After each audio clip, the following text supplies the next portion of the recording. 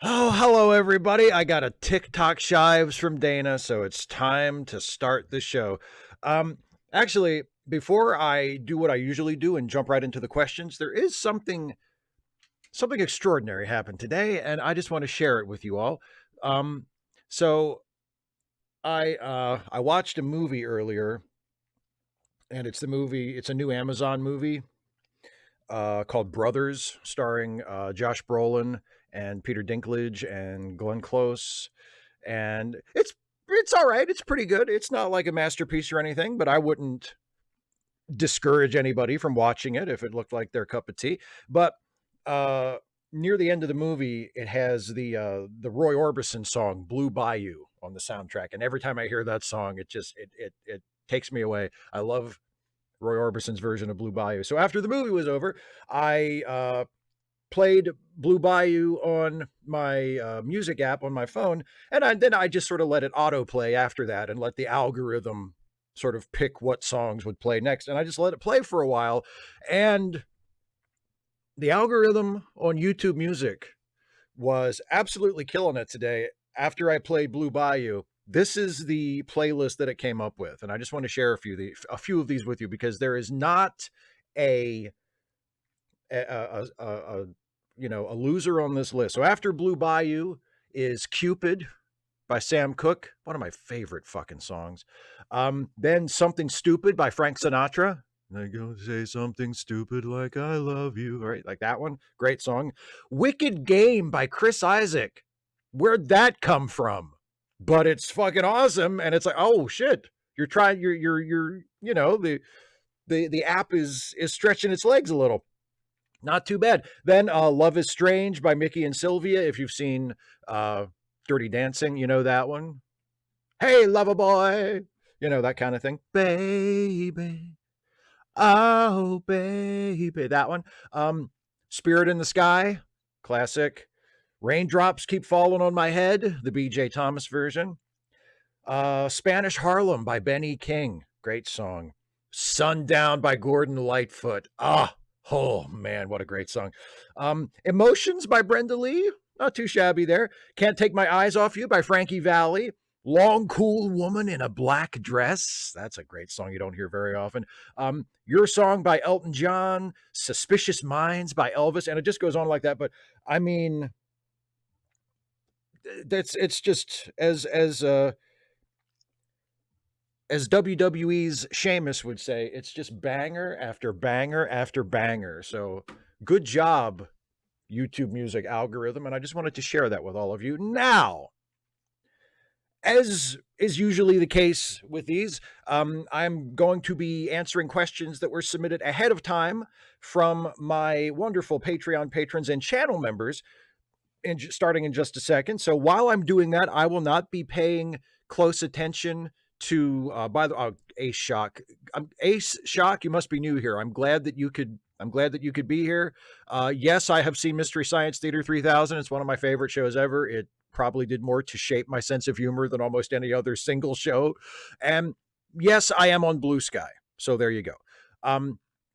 Anyway, I'm going to answer questions that were submitted ahead of time. So if you're in the live chat and you have something that you want to say to me or something you want to ask me, or if you're going to be generous and throw in a super chat or something like that, which I always welcome and encourage, thank you very much. Please give me money if you feel like it. But while I'm answering the patron and member questions, I won't be paying full attention to the live chat. So if you were planning on being generous or just saying something or asking something that you wanted me to respond to, if possible, please hold on to all of that until I get through with the patron and member questions. And then I will spend the rest of the show hanging out with the chat. So all that being said, let us begin with the patron and member questions.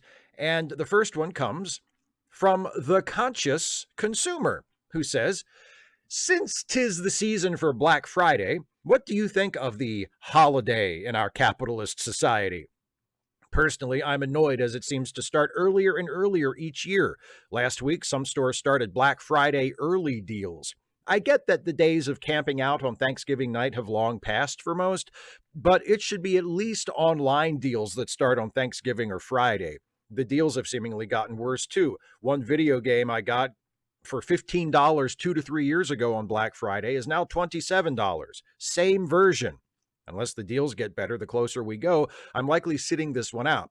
P.S. Part of me did like the ultra consumer habit of grabbing a $5 DVD because it was there, etc., that has mostly gone away with since most Black Friday shopping is online now.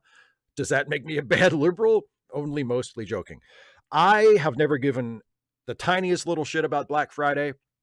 I have never made a big deal about it. The only concession I have ever made to Black Friday is making extra double sure that I never go anywhere. I never go to any stores on Black Friday. Like I live now like a 3-minute drive from the local mall. Haven't been to the mall in 5 years. I haven't been inside the mall, let's say, in 5 years, except to get my eyeglasses, because that's where my eye doctor, my eyeglass place is. But other than that, so I don't give a shit about Black Friday. I don't care. I don't shop. I don't camp out. I used to know people who made like a yearly ritual of it. Like they would, go to the stores early and wait for them to open and to be the first people in on Black Friday. I always thought they were nuts. So no, I do not observe Black Friday.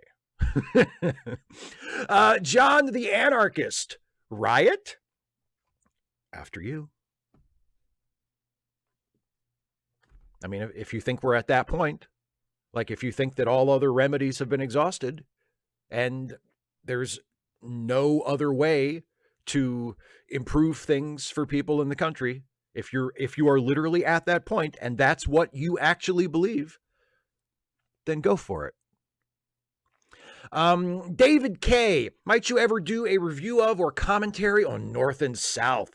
Maybe call it, did Commander Riker actually deserve to go to prison for making substandard cannons? I would not tie it to Star Trek like that. I mean, I would probably make a Stanley/Commander Riker joke in there somewhere, because how could you not? But I would not want to I wouldn't want to put like a Star Trek reference in the title. North and South deserves better than that, than to be reduced to a Star Trek reference based on one of its supporting actors. I don't know. I would love to do a video about North and South. I'm not sure what the topic would be. If I can think of like a particular thesis that might be worth exploring and having fun with in a video, I would love to do a North and South video, because I love North and South so much. It's one of my favorite things. Anonymous. Apologies if this has been asked at a previous time, but listening to your Whose Fault Is It video made me wonder, have you ever considered running for office? It seems your 10 plus years of YouTube experience would help get past the need for media training, and your views as you express them are more progressive than those of most DNC leadership. No, I've never considered running for office for a second. I'm never going to run for office. I think the fact that so many people who watch my videos respond to my political videos by saying, well, you should run, is more a testament to how shitty things currently are than to my fitness for office. No, I would never run for office. And even if I did run for office, I would never make it past the primaries, mainly because there are 10 plus years of YouTube videos of me that could be mined for any number of purposes to make me look like a jackass, to point out times that positions that I have evolved on over the years that they could use to say, look, he's a flip-flopper, or whatever. All of the incredibly dark, crass, poor taste jokes that I've made. Like, even if I wanted to, it would be a completely foolish thing to do. So no, I am never, ever going to run for office, and I have never considered it or wanted to do that. But thank you for thinking of me that way. I take it as a compliment, but it's never going to happen. Eric Beyer, I'm interested in your thoughts about upcoming shows and movies in the coming year to offer us respite or respite and even inspiration in the dark days to come. Do you think it is likely we can expect this in the near future, or am I better off rewatching TNG and DS9? Thanks again for all you do, EB. Well, I am really looking forward to the upcoming new version of Nosferatu, directed by Robert Eggers, who also directed the absolute masterpiece, The Lighthouse. That comes out next month. And next year, is the new Superman movie, the new James Gunn Superman movie. I think that comes out next July. I think it's July 2025 when it comes out. So I'm really looking forward to that. And I'm sure there are others that I can't think of right now, but I'm sure there are others coming out next year or even later this year that I would look forward to and want to see. At some point next year, we're getting season 3 of Strange New Worlds. So the Star Trek fan in me is looking forward to that, is anticipating that. Um, and I don't know if they've said that the Starfleet Academy show is coming next year or not. I know it's in production now, but the post production on the new Star Trek shows usually takes quite a while. So I'm not sure if they've said that it will be released next year at some point or not. But that's coming up. That's on the horizon somewhere. And the Section 31 movie, the Star Trek Section 31 movie with Michelle Yeoh. So there's some at least potentially interesting Star Trek stuff coming out in the next year. And like I said, that Superman movie, hey, look, come on. Looking forward to seeing the new Superman. Hope it's good. So yeah, those are just a few things off the top of my head. I'm sure there's others. Whatever. My husband is a huge Star Wars fan, and we both are actually, but he's not as into Star Trek. One thing that he's a little jealous of is that Star Trek is willing to recast legacy characters rather than rely on de-aging technology. I've enjoyed every version of Spock, and I'm even impressed with the new Kirks. Who are your favorite new actors playing existing characters? And by the way, I just want to point out the de-aging fad only infected Star Wars relatively recently. Like, remember, I mean, they cast new actors to play all of the legacy characters in the prequels, right?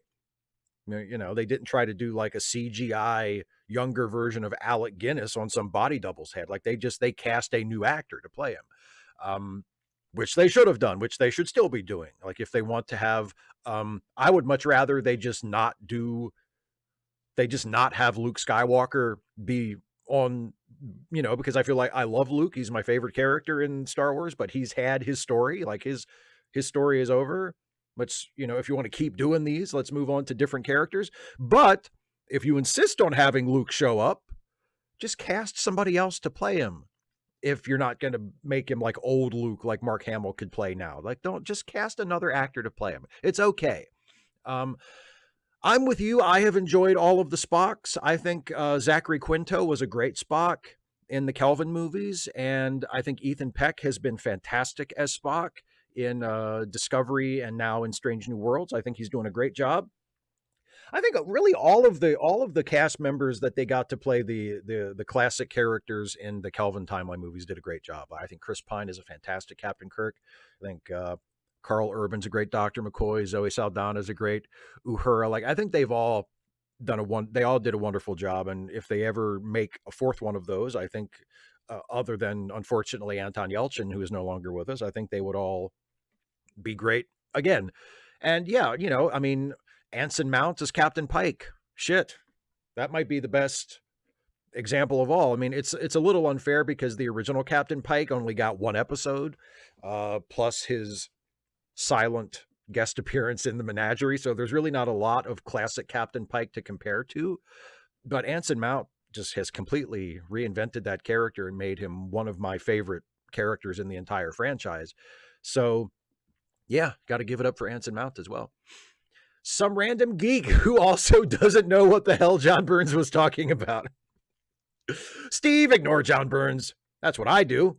You don't owe me anything. I voted for third party, but I know how you feel about that. Anyway, I threw you a curveball last time. With asking about my favorite movies, there you had an idea. But yeah, musicals. When have I talked about musicals? I haven't even seen Hamilton. You know, I'm just going to guess you wouldn't like it, but I might be wrong because I was wrong about something else here. So I don't have an opinion either way. But what is one of my favorite musicals? 1776. July 4th tradition. Oh yeah, I have issues with the Founding Fathers, but 1776 also doesn't hold back punches. Never seen Les Mis, even though I am the modern day version of Jean Valjean. Think a lot of yourself, don't you? Haven't seen Rent or The Music Man. Another favorite is Urinetown, only seen it once. My high school drama teacher did a community theater production of it, and the score is awesome. And speaking of my drama teacher, my third is A Funny Thing Happened on the Way to the Forum. I was a eunuch in my high school's production of it. And years later, I'm non binary. What are your top 3 musicals? First of all, I'm very surprised, I mean, pleasantly so, that you rank 1776 so highly, because I would have assumed that you would have hated it just because, yeah, it's like founding father stuff. But I guess it's not like a totally glowing portrait. So I don't know, maybe you would like Hamilton after all. But my top 3 musicals. I mean, it's tough because like there have been musicals that I have enjoyed, but overall, I am definitely not a fan of musicals. I mean, look, I'm a white liberal, so Hamilton is way up there for me. And I mean, Hamilton, I was moved to tears just by listening to the soundtrack before I ever actually saw it. And I've never seen it live on stage. I've only seen the filmed version of the original cast doing it that they put up on Disney Plus. But I mean, so I love Hamilton. Hamilton's right up at the top. Chicago's pretty good. I've seen the movie version of Chicago with Catherine Zeta-Jones and Renee Zellweger and Richard Gere. It's pretty good. I enjoy Chicago. And what else? Maybe the South Park movie. I have gone off South Park in more recent years. I kind of got sick of it, and it's sort of shitty, everything sucks, and anybody who cares is a sucker sort of attitude. But back in the day, in 99, when it was still relatively fresh, the South Park movie, which is totally a musical, was really great, and I still enjoy it. So there you go. There's that's as good of a top 3 musicals as you'll get from me. Hamilton, Chicago, and the South Park movie. David Colby got an electronic whistle for some reason. It's really loud and annoying. Steve, relax. I don't want you to play Pillars of Eternity. I just thought you'd find it neat to hear about. So, like, do you ever get bone deep exhausted how you constantly make agitprops specifically for Democrats? Then Democrat pundits go, anyway, to win, we're going to throw trans people under the bus and strengthen the border. Please vote for us. We're basically just Republicans, but more polite and sensible. Because good God, if I was you, I'd have quit the political YouTuber gig and wandered into the woods to live as my ancestors did, dying in North America because I don't know what berries to eat while Native Americans laugh at me. I mean, I don't take as dim a view of the Democrats as you describe. I honestly don't think the party is basically just Republicans, but more polite. Now, on some issues, they are like you mentioned, strengthen the border, like especially in the last decade or so, they have been way, way too Republicanish on the border for my taste. I think that, and as I said in that video I made that I think you're referencing, or one of the videos I made that I think you're referencing, that's a fucking disgrace. The fact that Democrats are trying to run as Republicans on the border is gross and is disgusting. But there are other particular issues where they are like that. But in general, I do not find the party to be anywhere near like Republicans. And there are many, many issues where they are far to the left of Republicans. Even like the mainstream Democratic position is fairly widely to the left of the Republican position. But I get frustrated with them for their campaign tactics. I get frustrated because they always run to the middle or run to the right. And I think history shows that doesn't work, or at least that's not a reliable enough method for them to keep doing it over and over and over again. And I do wish that they would make more of an effort to appeal to progressives. I think if they did, they might be surprised by how successful that is. If they actually gave a portion of the massive number of progressives in this country who usually don't vote for anybody a reason to vote for them. But I don't personally get my videos don't get those kind of views. So I don't ever have the illusion that anybody in any sort of decision-making position with the Democratic Party is like watching my stuff and then going, that's nice. Anyway, thanks, YouTuber. Let's go back to doing our thing. So I don't really think of it that way. It's not like I'm sitting there going, I keep telling them and they keep doing the wrong. Why don't they listen to me? I'm not nearly conceited enough or deluded enough to think that. But it's frustrating. Yeah, it's very frustrating. It's very frustrating. And I mean, if I ever did wander into the woods, I would want to make sure that I took like a guide with me so I would know what berries to eat, which is an advantage my ancestors didn't have. General Contact Unit Problem Child. Can I ask, do you think the left trying to claim the election was stolen is a bad idea just because it won't work, or also because you think it'd be wrong to subvert the democratic system in that way? Because I agree doing our own big lie won't work, but I've seen some people arguing both. And honestly, if it were possible, I think it'd be entirely justifiable to get Harris made president in spite of the fact Trump won the popular vote. Like, I think there are things that should just never be on the ballot in a civilized society. If the system fails so much, they do somehow end up on it, then I wouldn't feel any ethical issues about trying to covertly change the result if obvious morality is at odds with the will of the people. Like, would you argue rigging an election against Hitler wouldn't be justifiable? I mean, that's a really interesting question. Obviously, I can't imagine anything that you would do to stop Hitler from taking charge would not be morally justifiable. I mean, it's it's Hitler. My main reason for not, like you say, do I think the left trying to claim the election was stolen is a bad idea because it won't work, or because it would be wrong to subvert the democratic system? My honest answer is it's neither one of those. The reason I think it would be wrong to claim that is because I see no evidence that that is true. That's why I don't support trying to say the election was stolen. I mean, if I saw convincing evidence that the election was stolen, if I saw convincing evidence that there was voter fraud, like an intentional campaign of voter fraud in favor of Trump and against Harris, to the extent that it actually affected the outcome of the election, like it switched enough votes in swing states to actually give Trump the victory. Like, if there was evidence that that actually happened, and not just people confidently asserting, well, it had to have happened. What else explains this? Or, but Trump said this and Elon said this. And, if there's actual evidence that it happened, then that's a completely different situation than the one we're in. I have not seen any actual evidence that anything like that remotely took place. And that's why I think it's not a good idea for Democrats to be saying those things, because they're not true. They are conspiracy theories. And I don't like conspiracy theories when I encounter them on the other side. I absolutely loathe them when I encounter them on my side. Ed Best. Hi, Steve. First of all, I appreciate you being a reasonable voice in this crazy time. You are helping keep me sane. Boy, well, I hope you get a few more handholds, buddy.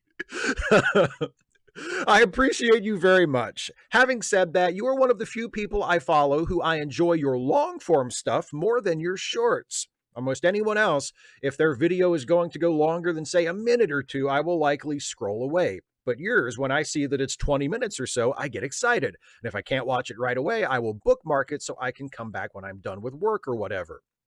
Nothing against Stuffy and Friends, however. So I guess my question is, do you have a different process for preparing for the shorts versus the long form videos? Or a reason why you do some short and some long? Well, as far as the Stuffy videos, which are the most regular, like really short shorts that I do recently, I mean, they're literally like, they're YouTube short length, which is a minute long. And they are that long on purpose.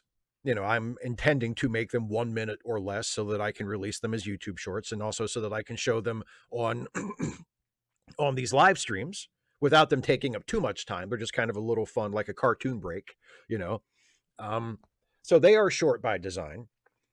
But the other videos I do, the length, like the only rule that I have set for myself is I don't want to do like a pre-recorded video that goes over an hour. That's sort of my personal, I feel like that is making too big of a demand on the audience. If you're asking them to watch a video that is an hour or more, I feel like that is a presumption on the audience I don't want to make.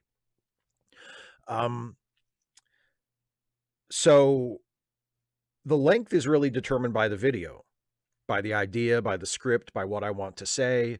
If I write a script for a video and it comes out that the video is going to be 5 minutes long, if it needs to be 5 minutes, if 5 minutes is what it needs to be and it doesn't need to be any shorter or any longer, then that's how long it is. If the video needs to be 30 minutes or 40 minutes, or 20 minutes, like however long it winds up being for me to say what I want to say in what I think is the best, most effective way I can say it. That's how long it is. You know, again, with the caveat that I don't want to go over an hour. And with my scripted videos, I hardly ever even get close to that. Some of the Star Trek video comment responses I do have been bumping up against that limit, but but those are off the cuff. Like I don't script those entirely. I read the comments and then respond to them extemporaneously. And that's just an editing thing. You know, I shoot, 90 minutes or 2 hours worth of material. No, I don't think I've gone over 2 hours of like raw material for a comment response video, but I've gotten over 90 minutes, fairly regularly. And some of that is like redos and fuck ups and, having to reread something or whatever. But even after you cut all of that stuff out, the rough cut of a Trek actually, not actually Trek, actually comment response video can be over an hour. And then I edit it down to less than an hour because I don't want it to be over an hour. But no, other than stuff like that, it's however long the video needs to be. And I am told that that's actually a good content strategy, that it's good for your channel and good for your performance in the algorithm if you post videos of different lengths. So if you do shorts and you do videos that are 5 minutes and you do videos that are 10 minutes and you do videos that are 20 or 30 minutes, like that's good, that it creates variety, and YouTube's algorithm is more likely to sort of serve your video to people if you have different options as far as length. But I didn't plan that. That just happens to have worked out. So I'm very glad that it works that way, if that is how it works, if I have been correctly informed. But it's in most cases, it's just however long the video needs to be. So yeah, I'm glad you enjoy them. Thank you very much. MW Ridra, I've been thinking about Batman Cape Crusader. I was excited for Noir Batman, but it was awful. I think they thought that making something noir means to just set it in the 1940s and making everyone an asshole. But what could have been done differently that would have made it good? Personally, I think Bruce needs an injection of character. Make him care about things. Give him a dry, deadpan sense of humor. Make the audience give a shit about him. Show him doing more actual detective work. Make the episodes mysteries with clues sprinkled in so the audience can try to solve. And when Batman reveals how he solved things at the end, some of the audience have that oh moment and can go back and rewatch to see what they missed the first time. Maybe pepper in some more 1940s slang, especially from bad guys. I'm wise to you, Batman. You think you're an ace detective, but I say you're nothing but a bunko gumshoe decked out in corny drapes. Now grab some air, or I'll fill you with lead. Thoughts? I think you've hit on what for me was the biggest problem with it as well, which is there's no take. There's no creative reason for it to exist. It's just another Batman cartoon. Like there's no angle. There's nothing that this show tells us about Batman or his world or his supporting cast or any of the people in it that we haven't seen or heard before. It's kind of like Batman the Animated Series stylistically, but yeah, it's just why did you make this like that? That was my question, my hypothetical question for the creators of it. Why did you make this? It feels like none of this needed to be made.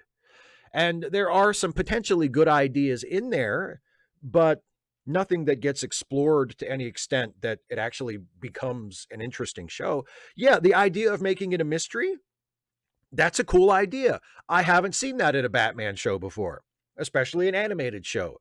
A Batman cartoon where it's a 30-minute episode and it's a nice, tight little mystery that Batman solves in the end.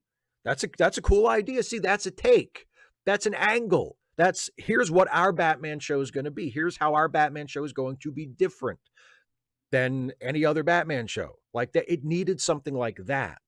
The idea of Batman doing more actual detective work, whether the episodes are structured as mysteries or not. If you watched the reviews that Jason and I did before we gave up, we didn't even finish the series. I mean, we finished watching it, but we didn't do reviews of the rest of it. But both of us had the problem of, in several episodes of the season, You see Batman not doing any detective work on his own, just following one of the other characters while they do the work. Like, Batman had so little agency and made so little of a difference in the stories of what was ostensibly his show that it was ridiculous. Um, and I mean, it's not, and I talked about it. I compared it to one of my favorite Batman comic book titles, Gotham Central, that was published in the early 2000s. And Batman wasn't a major presence in that. It was focused on the cops in Gotham City, on the detectives. And Batman, so, you know, Batman really didn't do much in those stories. He was there and he was kind of in the margins, and they would encounter Batman every once in a while, but it wasn't like centered on Batman. If they had done something like that with this show, that might have been interesting.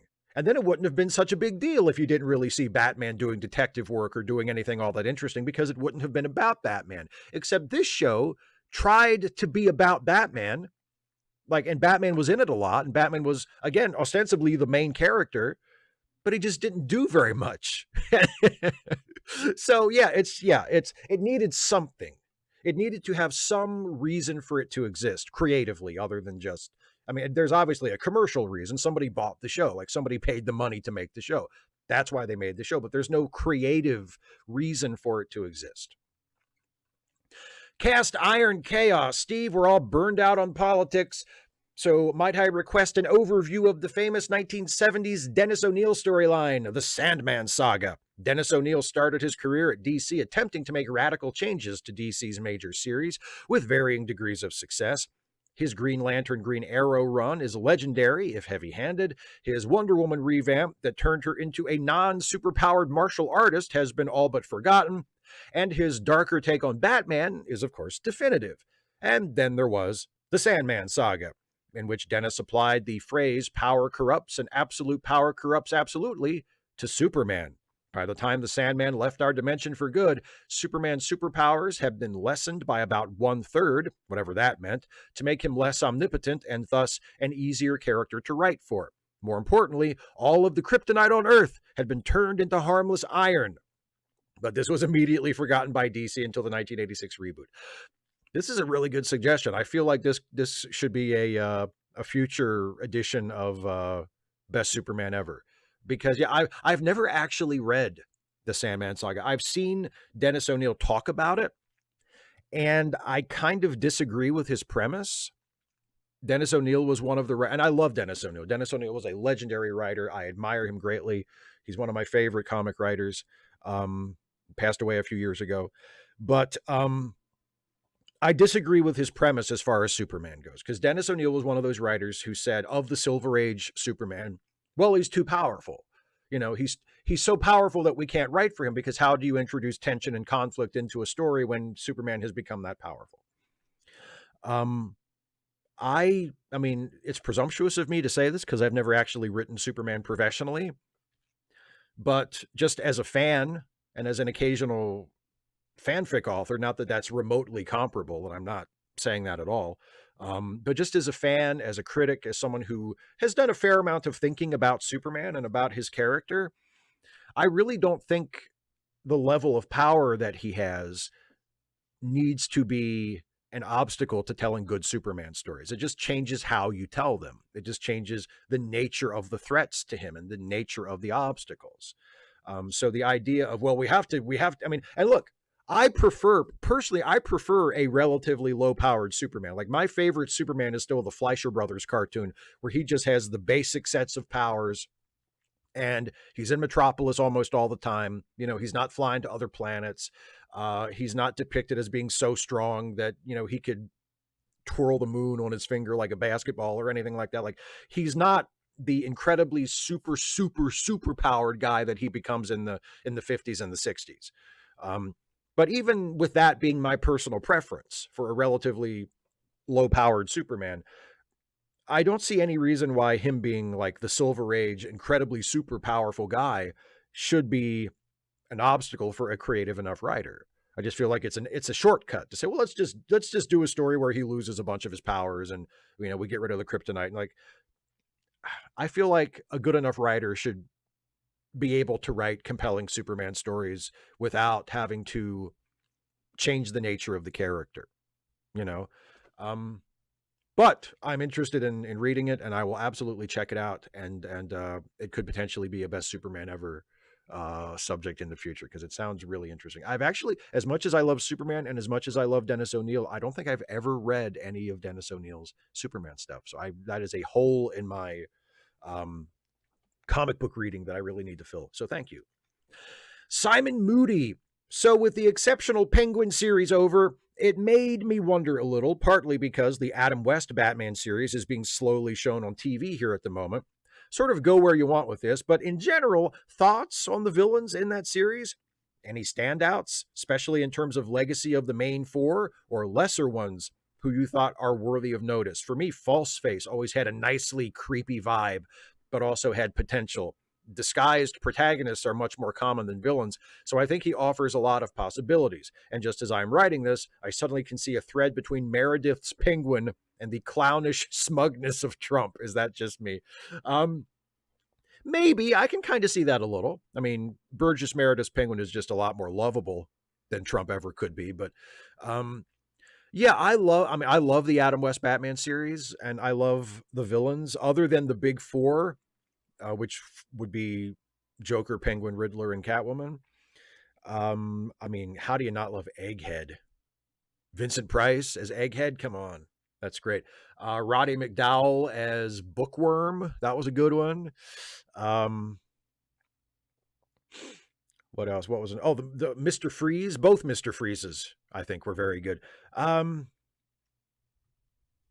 King Tut, just a complete wacky character. Yeah, I mean, there are a lot of most of the villains. Yeah, and yes, Falseface was really good. I really liked Falseface a lot. And you're right, he was kind of creepy for that show. And what a great name, Falseface. Yeah, great. The villains on, I mean, for a lot of people, the villains were the draw of the show. I mean, you wanted to see, because Burgess Meredith, like, was not quite a movie star, but was a really well-known actor. You know, he'd been in a lot of movies. He'd been nominated for awards. Like, he was a very respected actor. So it was a draw for people to turn on their TVs in the late 60s and see Burgess Meredith playing the Penguin. Like, that in and of itself was neat and was enough to get people to want to watch the show. So yeah, I mean, and to this day, has there been a better Riddler than Frank Gorshin? All due respect to Paul Dano, who was a fantastic Riddler in The Batman a couple years ago. Absolutely fantastic. But I mean, come on, Frank Gorshin as the Riddler, like, that's still, I think, the definitive version of that character, at least, you know, on screen. So yeah, I love the villains in the 60s Batman. Fantastic. Agent Meister, they seek him here, they seek him there. Peldor Joyce, Steve, would you rather lead or follow, and why? What role do you see yourself playing out over your life, leader or follower? Also, how many pairs of socks do you have? Well, in the words of Creed Bratton on The Office, you have more sex as a follower, but you make more money as a leader. So it just depends on, you know, what you're more interested in.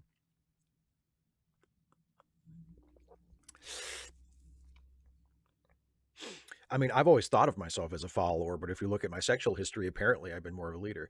How many pairs of socks do I have? I have a dozen pairs currently in rotation, and I have a bag of new ones, also another dozen unopened in the closet, ready to go whenever they are needed. Maiku Wotaharu, I'm pretty sure you're going to get this question a lot, and I apologize, but have you seen 765874 Unification yet? If so, what did you think, and do you personally consider it canon? Actually, you are only the second person to ask me about it. I was asked about it earlier today, in fact, on Blue Sky by someone, and he was the first person to ask me about it. And I'm very glad I haven't been asked about it more than I have, because I feel like my answer is not the answer that people want to hear, because a lot of people really like it and would like to hear someone else say that they really like it so that they can have like a mutual appreciation. I thought it was technically very good. Like, it was very well shot. It was technically impressive. The deep fake that they used to get Captain Kirk's head on Sam Witwer's body, or on Captain Kirk's face on Sam Witwer's head, I guess I should say, was, I mean, there's some uncanny valley to it, but relatively it was well done. I mean, you could tell that they were working some kind of a gimmick. You could tell that it wasn't really William Shatner. But it wasn't super distracting, you know. And yeah, it was well shot. But it's, you know, it's fan wank. Like, there's no story to it. It's not a story. It's a wish fulfillment scene from a fanfic that has a sort of top coat of legitimacy because it was produced by the Roddenberry Vault, and it has like real Star Trek actors in it. You know, Shatner wasn't actually on set for anything, but obviously it uses his likeness, and Shatner is listed as a producer on it. And Robin Curtis is in it as Savick. So like there are, you know, Star Trek veterans involved with it. But it's a fan film in everything but name. It's like I said, it's fan wank. And it doesn't, the actual story of it, the writing of it, the presentation of, you know, didn't impress me at all. It was, you know, it's like, oh, okay, this is just for sentimental Trekkies who can't let go of these characters. But technically it was very good. So there you go. Andy Lawler, who's so burned out by the shit show after only 3 weeks that he thought a light, more jovial question might lighten the mood. Okay, bottle that rage, Steve. My question is Lower Decks adjacent. I got all the way to season 5, episode 4 of Lower Decks before I caught the joke because I had captions on, so I saw it written instead of just hearing it, about ship's counselor, Dr. Miglimo's species, Cloacan. How'd I miss that? Cloaca, a solid ornithology joke. Despite your disdain for the show, particularly the writing, that's a good, subtle joke. My question is there a joke or other clever bit of pop culture, be it TV, movies, music, literature, what have you, that slid past you for way too long, that when you finally caught it, you simultaneously thought, how could I be so stupid to miss that? And, oh man, that's good. Thanks, and have a great weekend, everybody. Yes. The conversation between Pee-wee and Simone when they are sitting in the head of the T-Rex in Pee-wee's Big Adventure, when and then like Simone's ex-boyfriend overhears them, and it's like the farcical sort of double entendre misunderstanding, and he thinks that Simone and Pee-wee are having sex or have had sex and are talking about it.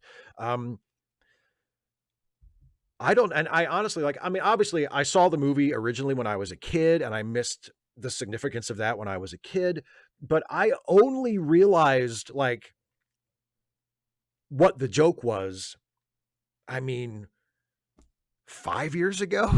Like, I mean, it had been, I didn't watch Pee-wee's Big Adventure for a long time. So it's not like I've been watching this movie regularly for 30 years and never getting it. I watched it a lot when I was a kid, and then I didn't really watch it for a while, and then I kind of rediscovered it as an adult. And yeah, I watched it and I realized like that I realized how filthy that scene is. You know, like I just realized how filthy that scene is. And yeah, it's brilliant and I love it. And now I watch it and I think, how did I ever not realize how filthy this is? You know, especially when Simone looks at Pee-wee and she and Pee-wee have been having a heart-to-heart talk, right? But her boyfriend is listening, you know, outside the door, and he's, you know, like in a farce. He's coming in with incomplete information, and from his perspective, it sounds like they're saying really, really sexually explicit stuff. And Pee-wee has just given Simone some really good advice, and Simone says, "Oh, Pee-wee, I've needed somebody to put it like that to me for so long." And as Simone means it, it's completely innocent. She's just thanking Pee-wee for his good, like, honest advice. But her boyfriend overhears this and he thinks that, you know, she's saying, "Oh, Pee-wee, I really needed somebody to put it to me like that." It's fucking hilarious. It's just, yeah. So that would be mine. That would be mine. Brian Baker, hello, Steve. I don't have any questions about Trump's TV cabinet, but I do have a question about your creative process. Do you sit to write ideas about videos before you write a script, or do you outline and then write? Your videos are consistently informative and funny, and I was curious about your writing process. How much do you rewrite? Keep up the great work, and let's keep thinking about how to get progressive candidates in office next election. Absolutely. Um, Again, kind of like I said earlier in response to the question about video length, it depends on the video. And it also depends on how much time I have. Like if I am starting a video early enough, like if it's, let's say I'm probably in the next couple weeks, I'm probably going to start writing the next Starfleet jobs video. Like I know what the topic will be. I know what the job is going to be. I have a basic idea, a basic framework of what it is. I have a couple of specific gags in mind for it, but I don't have it's not like tethered to any specific release date. So if I need to take some time to write it and sort of, write it and then rewrite it and go through a couple of drafts with it, or, tease it a little bit, whatever, I have the liberty to do that. And if I have that kind of time and I feel like the script needs that kind of care, then yes, I will do that. If it's a video that I feel like if I have already sort of placed it in my release schedule and I know I only have this long to finish it, then the writing is governed by that. Like this Wednesday, I have a Trek Actually video coming out. I finished writing the script for it today. And at this point, it really doesn't matter if I'm happy with it or not. The script is done, But fortunately, I am happy with it. Like I'm going to shoot what I wrote, and I think it's going to be good. But yeah, so there's situations like that. And if I get ideas for something, but I know I'm not going to be able to actually sit down and start writing the script for a little bit, then yes, I will just write down notes or ideas, or maybe like a rough outline, so that I don't forget everything before I go back to actually write it. But yeah, it very much depends on the particular situation, the particular video, and the amount of time I have to write it. But yeah, there's usually some pre-writing, some jotting down of ideas, and then writing like the full version. And if I have time, going back through it and making some changes or whatever. It's usually not a sit down, write it, oh look, it's perfect, it's done process. Stephen G. Clenard. Hey, Steve, have you ever been to a rodeo? If so, do you make a point of announcing pointlessly and to any and all within earshot that, quote, this ain't my first rodeo? I've been to one, and you are goddamn right that I'm going to let everyone know should I ever have to sit through another one. Conversely, would you be tempted to say, this ain't my first rodeo, when attending your first rodeo out of a self-conscious fear of being seen as a newbie, and to avoid having some misguided hayseed helpfully explain each and every act of animal cruelty being enacted for your sick pleasure? Yeehaw. See you in hell. No, I would feel like I do not owe anyone who attends a rodeo any explanations. I don't explain myself to people. I don't owe people any explanations. And I especially don't owe explanations to the patrons of rodeo. So no, I would not speak to those people at all. I would sit quietly and watch the rodeo with the dignity and the intelligence and the elegance and the grace to which people who know me have grown accustomed to expecting. That's what would happen. And yeah, no, why would I be at a rodeo? But if I were, that's what would happen. Isaiah Taylor, in defense of Star Trek Generations. So it's been 30 years since Star Trek Generations premiered on the silver screen. My first encounter with the film was in 2009 when I watched it on VHS with some Popeye's chicken. My dad worked at a thrift store back then, and there was a TV with a VCR in the break room. Heck, I think it was the first Star Trek movie that I watched in full. Subsequently, it was also the year of Abrams' Trek. I then remembered that I saw parts of it even as far back as 2006. Either way, I have to say that Generations has some of the most stunning cinematography and light color work I've seen in a Star Trek film, or any film in my opinion. The warm colors and shadows add to an aura of comfort and warmness to the set pieces. The late John A. Alonzo's camera work really makes the models and ships look larger than life. and gives them real weight in space. Granted, the script is confusing and there are pacing issues, but Star Trek 7 holds a special place in my heart.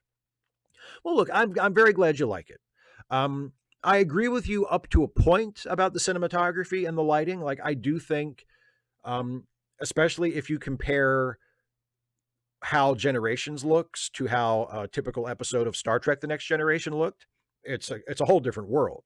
And I do think they did a great job of lighting that set and shooting that set and making it look good on the big screen on film, as opposed to how it, not that it looked bad on TV, but I mean it was, the lighting on TNG was flat standard TV lighting. It wasn't super dramatic most of the time. I mean, even the lighting on Deep Space Nine was a little more dramatic than the lighting on TNG. They took advantage of the fact that the setting of Deep Space Nine was supposed to be this sort of grittier, darker, less utopian place, and the lighting was a little more creative. But on TNG, it was, especially on the Enterprise, it was all just, it was just sort of flat, even TV lighting. And in Generations, that's definitely not the case. I mean, in some cases, I think they might have gone too far. There are some scenes in Generations where it's like, well, you really went nuts with the shadows in this scene, didn't you guys? Holy shit. But overall, I think it's good. Like, they did a really good job with it. Would I say it's some of the best light or color work I've seen in any film? No, for me, that would be a gross overpraising of it. I don't think it even warrants mention as, oh, it's one of the great works of cinematography. For me, that's going just absurdly too far. But I'm very glad that you like it. You've mentioned it times before, and I'm really happy and I'm grateful that you like it as much as you do. Oasis. Happy Friday, Steve. Are there any good LGBT related charities that you would recommend? I personally recommend Trans Lifeline. They run a hotline for transgender people to call for help. They also used to run a micro grant program for things like name changes, which I know they eventually want to start back up again someday. Cheers. Yeah, I've donated to Trans Lifeline. I think I've even fundraised for Trans Lifeline in the past. I think they're a great organization. I've also given to the Trevor Project, and Lambda Legal, I think, is another one that I've donated to or talked about before. So yeah, and I mean it's fairly easy, to find if there's like if those, because those get a lot of attention. And if you're looking for maybe one that's a little further under the radar that doesn't get as much love, like, they're relatively easy to find if you do like a web search for LGBTQ charities or trans charities or something. But yeah, Trans Lifeline is one that I also would recommend if people are looking to donate to an LGBTQ related cause. Joe McClory. The Friday after the election, the 18th annual Desert Bus for Hope began.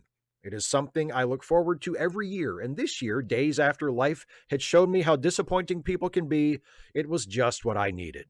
The format of the donation drive is a telethon that goes longer as donations come in, each hour costing what the last hour cost, plus 7% interest. So as it moved to a record-breaking time of 1 week, or 186 hours, the final hour was over 75,000, with no giveaways left to drive donations. As time ticked closer to the deadline, everybody decided that it was possible, and there was a rally of donations and encouragement. It was community like church while I was still a believer. They didn't make their goal of 1 week. We did. The whole week, there was a vibe of a break from politics, but with proudly queer hosts and shifts starting with sharing pronouns. It was there.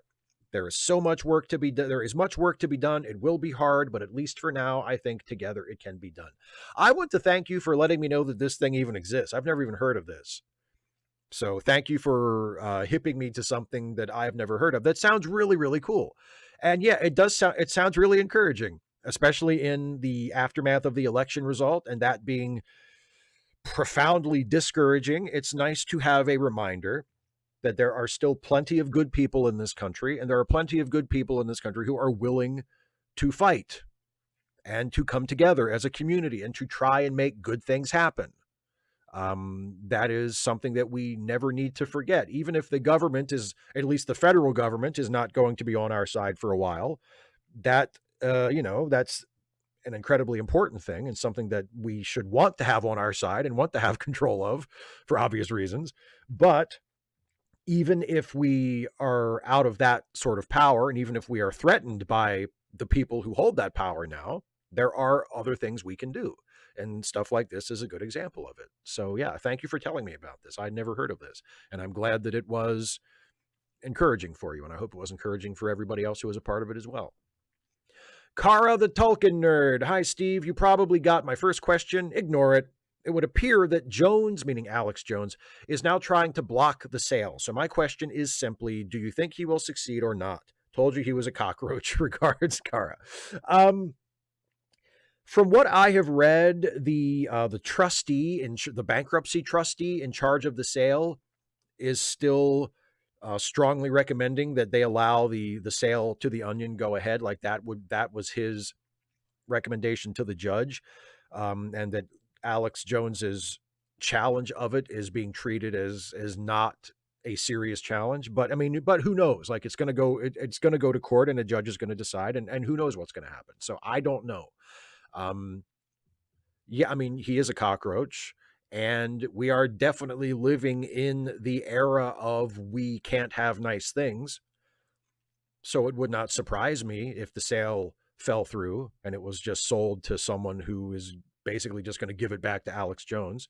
That wouldn't surprise me. That would be the most depressing possible result. Of course that could happen. But I don't think that it's, I don't think that the sale to the Onion is completely dead or anything. I think that it's still probably more likely than not that the sale will go ahead. But I mean, who knows? And we will definitely see. Air One Fire. Hi, Steve. I recently learned that Isaac Asimov was a fucking disgusting sexual predator. Not Weinstein level, no rape so far as we know, but basically groping, kissing, etc. And he was fucking proud of it. It's painful because otherwise he seemed great. Good social and political opinions, our kind of atheist, champion of nuclear power, and I think fantastic in his nonfiction. His popular science is much more entertaining to me than Sagan or Tyson because a lot of it is more dense but still accessible. I'm reading one of his novels, and I was about to start ordering his guide to science. But now I can't. Is nobody impervious? This isn't the first time. Do I have to be wary of everyone? What if it turns out Gene Siskel sold good reviews for blowjobs? Or should I just accept he's dead and read these books? How deal, Steve? How deal? You answer, and I'll go watch some Bill Cosby. He's America's dad. I'm sure there's nothing wrong anyone can say about him. Best wishes. This question comes up every once in a while, and my answer is always, it's on a person by person basis. Both meaning you and whoever the celebrity who turned out to be shitty is.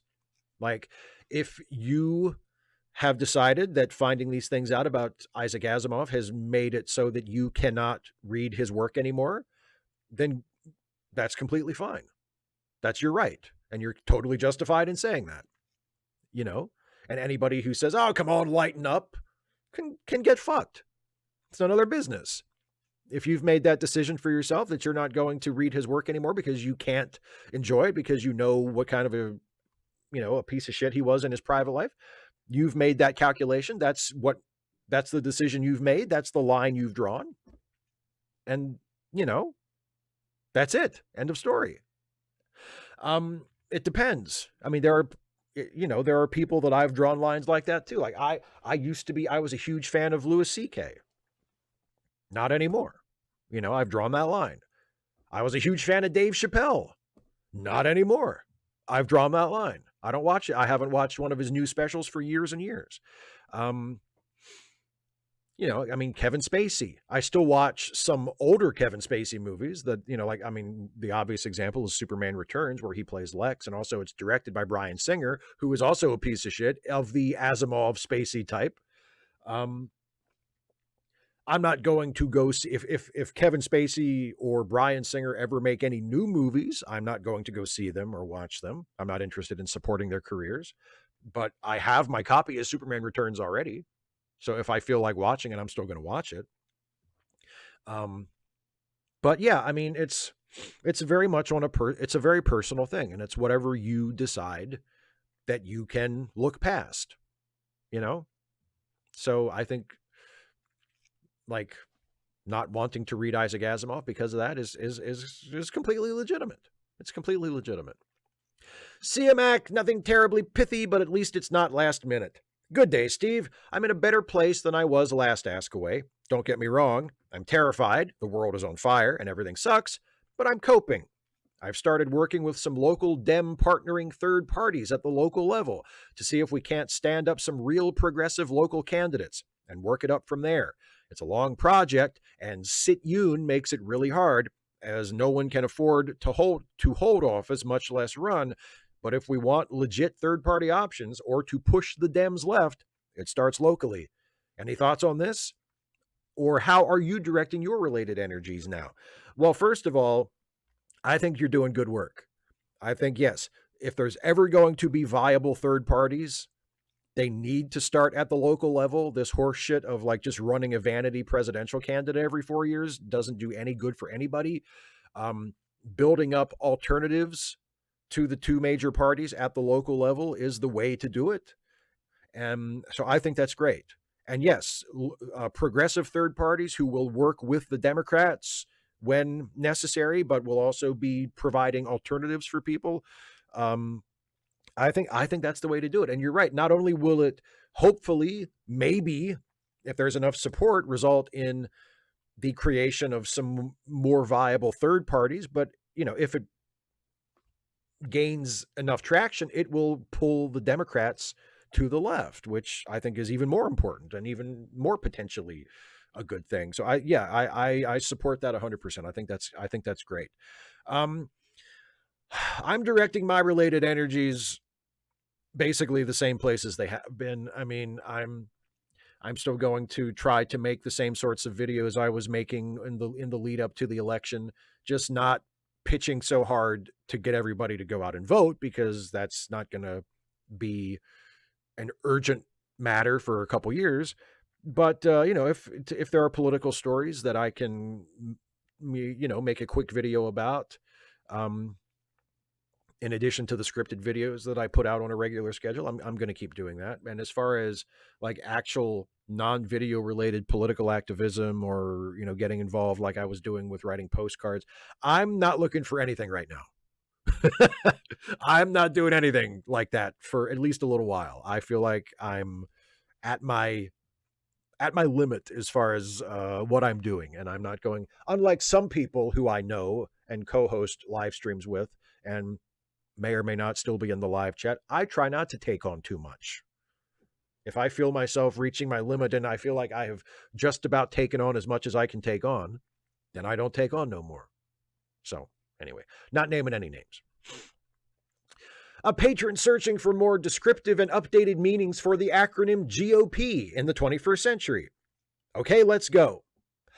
Guns over people. Ghouls of Puritanism. Generally overrated politicians. Gave up our principles. Goofs, oafs, and phonies. God's official proxies. Gangsters of politics. Gropers of pussies. Gaggle of plutocrats. Givers of pain. Gone over to perdition. Grifters of our population. Gang of predators. Genuflect to our penises. Groveling, obsequious people. Gatekeepers obstructing progress. Gendarmes of pronouns. Gloomy outlook purveyors. Grumpy old politicians. Guardians of privilege. Gaslighters of patriotism. Generic and obsolete policies. Gerrymandering our power. Gawkers of pornography. Guidance for ovaries and prostates. Gas, oil, propane. Government on pause. Gang of psychotics. Governors of propagation. Governmental office of periods. Gangrenous odiferous pusswarts. Had to go pretty far afield for that one, but it was worth it. Gorns, Orions, Packlets. Great obfuscation party. And finally, the all-time classic, greedy old pricks. Those in the U.S. have a happy Thanksgiving. Thank you very much. And thank you for your small contribution here to making it happy. I appreciate it. Those are some good ones. Ben Douglas. Hi, Steve. What are your thoughts on The Boys? and other similar gritty and meta takes on the superhero genre? Do you think they have something valuable to say, or do you think they're just being edgy for the sake of being edgy? I can't speak to The Boys. I've actually never watched The Boys. I watched the first season of Invincible, the animated adaptation, and thought it was fine. Like, it was good. It wasn't bad, but I did feel like, okay, I feel like I've seen stuff like this before. I feel like every time someone comes up with a new deconstruction of superheroes or satire of superheroes, or, superheroes as a form of commentary on our present situation, that you really need to work extra hard to validate it, to justify it. Kind of like what I was saying earlier about the new Batman cartoon on Amazon. It's like, there's no reason for this to exist. If you're going to do another gritty superhero story that people have been doing literally since Watchmen in 1985, you really need to come up with a fresh take. And The Boys has gotten really good reviews. I expect I will watch it at some point, and I'll probably like it. The Boys sounds like it has cracked it. Like, it has a good handle on it. It has an angle, right? But I won't know what my personal opinion is until I watch it. But in general, yeah, I feel like that genre or subgenre is getting to the point where I feel like, okay, we have all we need. And unless you have like a really good idea, unless you have a story that is a gritty meta superhero story that is just crying out to be told, it's probably better to, to do something else. Dana, the person that I haven't even referred to at all yet during this live stream. Hi, Dana. Happy Friday, Steve. I've always loved utopian and dystopian stories. In Orwell's novel 1984, the protagonist thinks who controls the past controls the future. Who controls the present controls the past. Winston's job is to alter historical records, so they're consistent with what those in power want them to say. However, I think I disagree. It's more accurate as who controls the past controls the present. Who controls the present controls the future. Because what we've seen recently is that while it does take some power to control the past, those forces don't have to be dominant. Those with some power can, with patience and persistence, get people to change their perception of the past. Example, Trump's actual approval rating at the end of his term versus how people remember his approval rating. Rage Against the Machine uses the quote in Testify. The campaign clips in the music video give me my question. Could they have made a similar video during the 2024 presidential election? I mean, they could have. I don't know if it would have. I mean,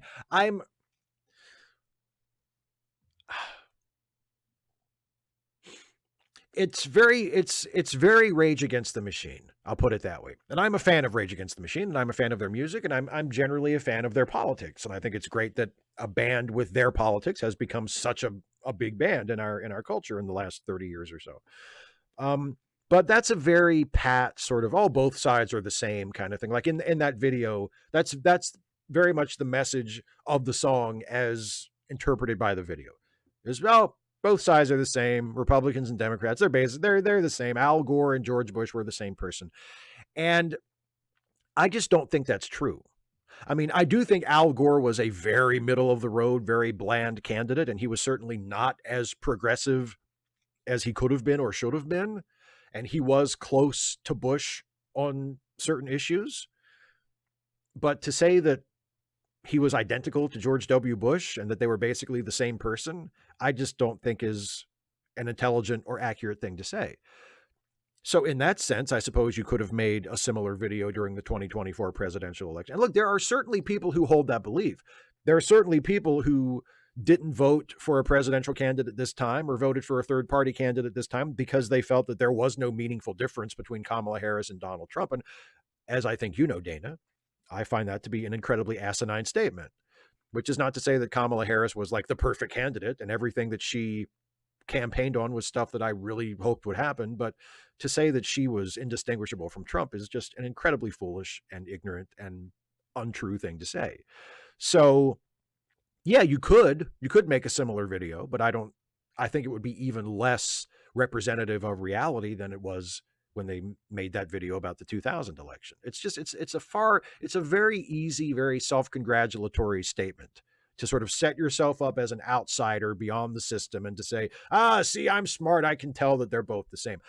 The part of the video that I really appreciated was at the very end, not the Ralph Nader part. Fuck Ralph Nader. I mean, don't fuck, not Ralph Nader, the consumer safety advocate. Great guy. Ralph Nader, the vanity presidential candidate. Fuck that guy. But you know, they end the video with that statement of how many people didn't vote, like all the people that didn't vote.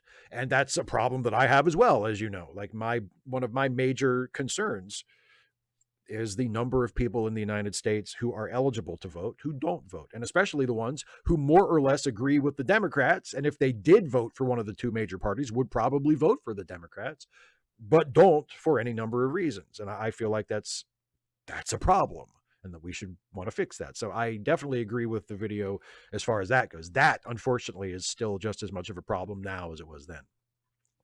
John Burns, how much of your week includes looking or editing videos? That's a fairly direct and lucid question, John. Are you feeling okay? I assume by looking, you mean shooting, like being in front of the camera and making a video. 3 or 4 days, probably, altogether, editing and shooting combined. 3 or 4 days. The rest of it is writing. And that doesn't account for my more recent production schedule where I've been trying to make more videos by doing more off-the-cuff videos where I don't write a script, or I'll write just like bullet points and then sort of shoot, you know, just extemporaneously without having scripted the whole thing. But those don't take super long to shoot or edit. So yeah, 3 or 4 days, depends. Last question from Russell. Hey, Steve, how are you doing? I'm going to save my political question for another time, maybe even during our next Patreon hangout, which I hope we are still a go in a week and 2 days. No, 2 days. This coming Sunday is the last Sunday of the month. So 2 days. This coming Sunday is the Patreon hangout, the 24th. So entertainment question. Wouldn't the mirror universes exist in alt timelines? And I have to point, I don't dislike Voyager as much as you, and I rather enjoyed Timeless. One, we knew for get-go that this was going to be a reset, otherwise end of series. But I think also it gives us, the audience, a chance for Kim to grow beyond the point of green around the gills Ensign. And finally, is present day Odo responsible for the actions of future Odo, DS9 Children of Time? Just having some fun today. I need it. And yes, it's all fictional. No cop-outs for you today. See you soon. By the way, what would you recommend for a message to Stuffy, since you know him best? See you shortly. Take care. A message to Stuffy? I don't know. Hi, Stuffy. How are you? Happy holidays. You know, Stuffy's a pretty easygoing guy. Oh, you know, my problem with Timeless wasn't the reset button.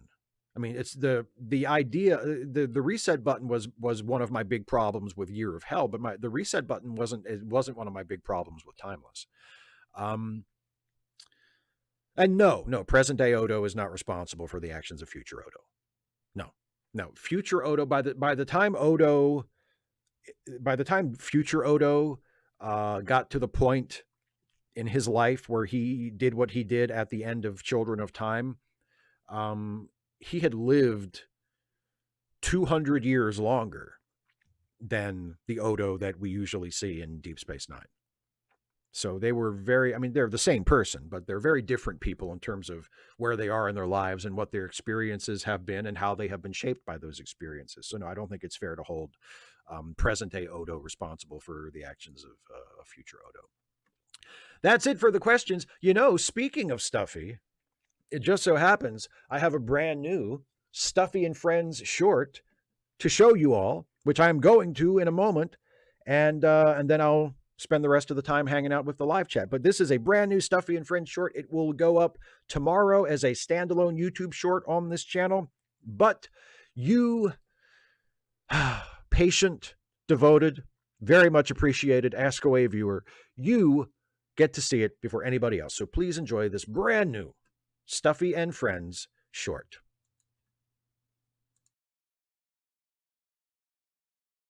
Do you think I should have a side hustle? What specific side hustle were you thinking about? Maybe gambling? I've heard that I can make serious cash just by betting on the sports I already love. I see. And where did you hear that? In a commercial for a gambling app. Well, just remember the first rule. Eatin' ain't cheatin'?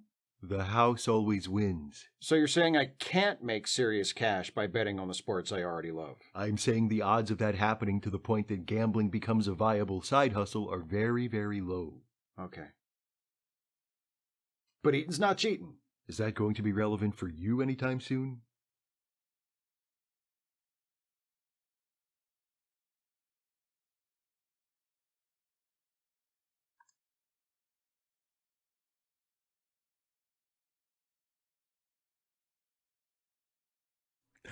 I like that one. Anyway, let's go to the live chat needs to be reset. This live chat viewer in XSplit is fucking up lately.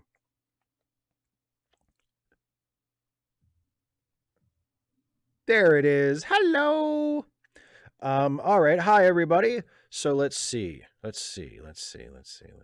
Oh, A Shock says Kylie Ray got the WWE ID sign. Well, good for her. Good for her.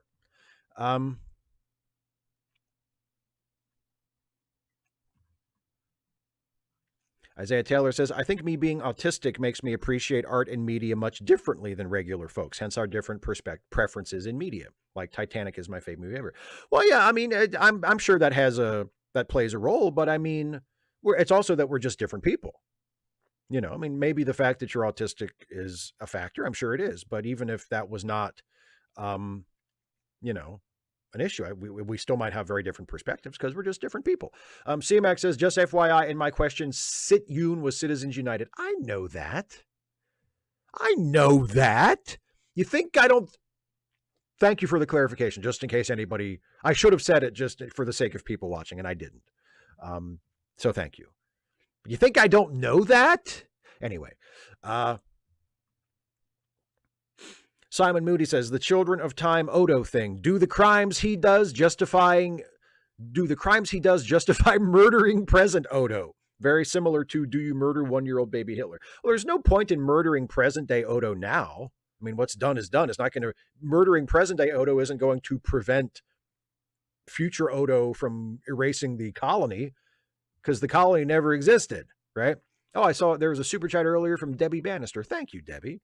And just now, one from Cast Iron Chaos. Thank you, Cast Iron Chaos, who says, I still think you should have made a comment response video to the crushed Titanic sub video. Call it Not Actually Woke, actually. That's cute. I like that.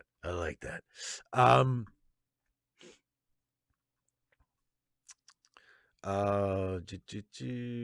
McClory says, did that video inspire the sports betting video or the other way around?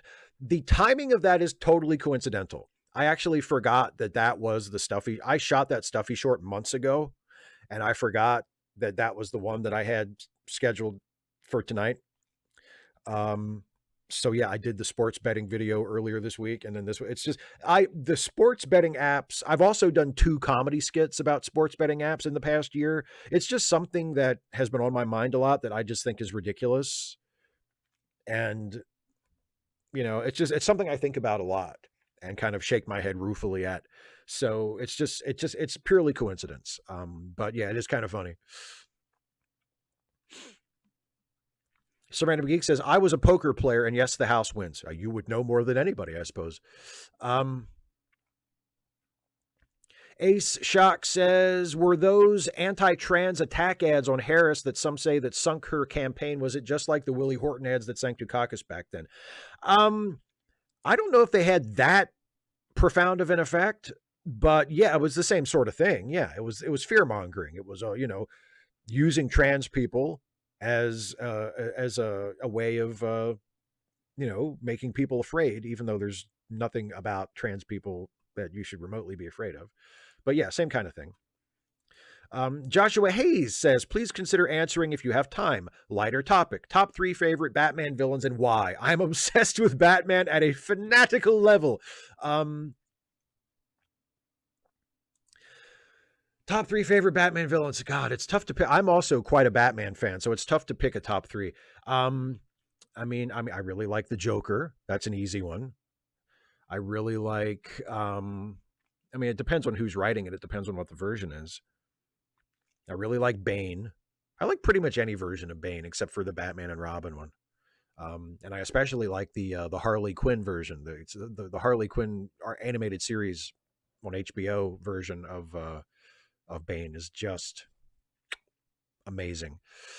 And I always liked Mr. Zaz. He's one of the more sort of B or C tier villains, but I always liked Mr. Zaz, the serial killer who has like hash marks on his skin for all of his kills. It's like a really fucking like gritty 80s, 90s Batman villain thing. Like, oh, look how gritty he is. He's a murderer and he puts a thing on his arm whenever he kills somebody.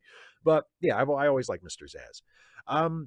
Pondering Politics, hello, my friend, says, how you feeling, Steve? Loved the videos lately. They've helped me get by. We need to have a follow-up chat soon. I agree. I would love to have a chat with you again, buddy. Don Quixote with a member message says, I thought you did a great job filling in for Jesse Dollamore a few weeks ago. If you took some time off, who would you ask to fill in for you? Nobody. Nobody. You know why? Because I feel like that should be a paid gig, you know, and I either can't afford or don't want to pay somebody to do that. So nobody.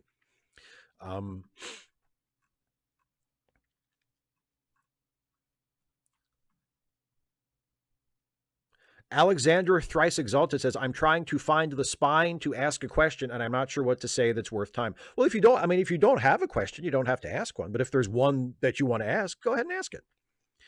Dana says, I was talking about the music video more literally, the way they used clips of the two candidates saying nearly the same thing on several issues.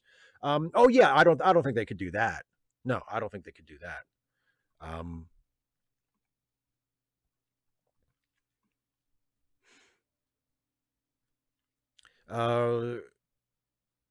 Nishikan Taki says, I hear ads for the lottery all the time. You can't win if you don't play. Well, you can't lose if you don't play, and you're basically guaranteed to lose.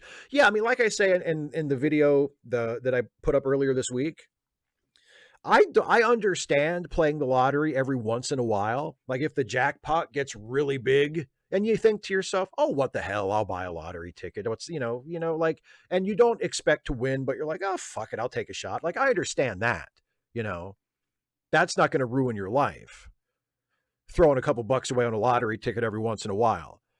But like the last time I had a proper job, which was 20 years ago, there was a young lady I worked with. She and her mom when she would take her lunch break and her mom would come in and they would buy like a fucking stack of scratch off tickets, not even like a lotto drawing like a Mega Millions, but like just the scratch offs. They would buy like a fucking stack of these. I don't know how they'd spend 20 or 30 bucks on scratch off tickets. And they would sit there in a booth in the restaurant attached to the truck stop where I worked. And they would just spend her lunch break scratching them off. Like, what's the fucking point of that? Like, what's the fucking point of that? And every once in a while, they'd win like a $5 one or a $10 one. Or maybe if they got super lucky, they'd hit like a $20 one. But like, what's the fucking point?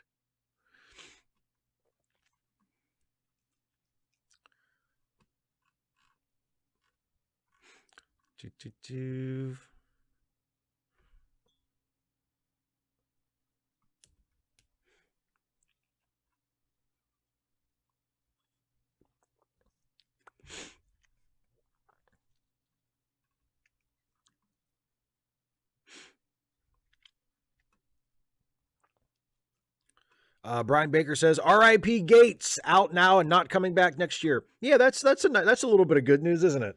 He resigned from Congress and then he had to withdraw his attorney general nomination. So now he ain't got no job. I look forward to seeing him on Fox News or perhaps Newsmax in the near future. Um, Joshua Hayes says, I love Grant Morrison's interpretation of Joker. Yeah, I mean, Grant Morrison in general is a pretty solid writer, I find.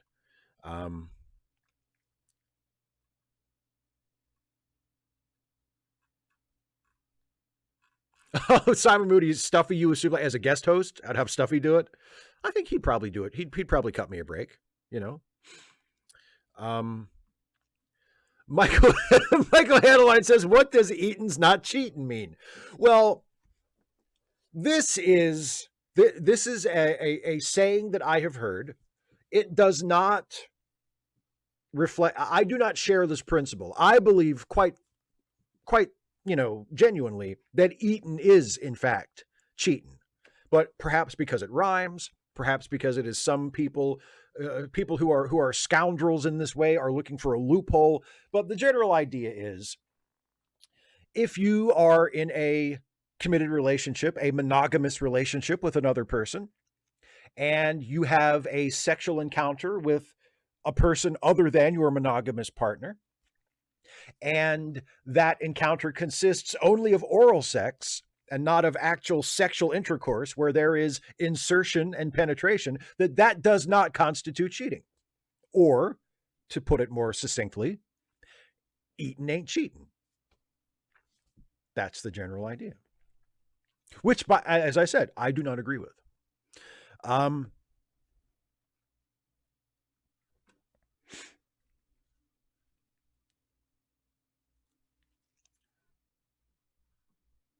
Daniel Cherry says, hi there, Steve. Hello, Daniel.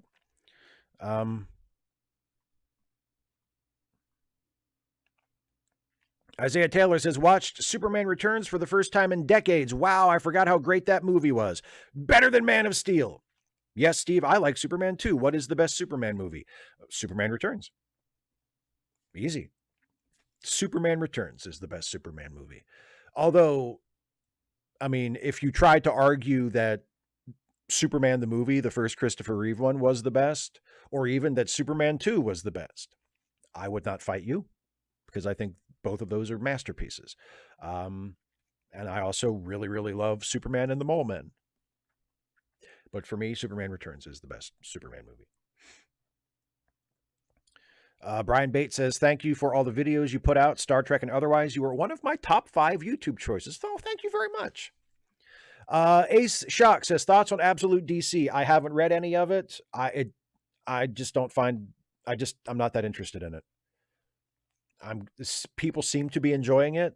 You know, like the people I see posting about it on social media, it seems like it's going over really well. Doesn't interest me at all.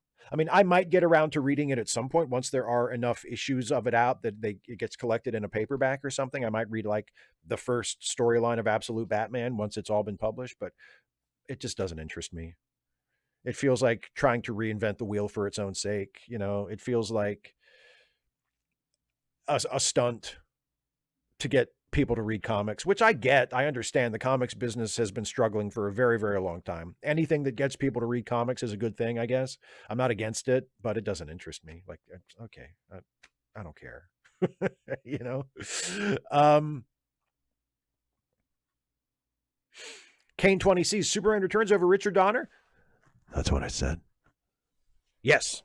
Although, again, like I said, the Richard Donner Superman, fantastic. Christopher Reeve, come on. Jesus. Come on. Kirok 2011, Superman 4 beats Superman Return. I'm going to ban you. You're banned. No, I'm kidding.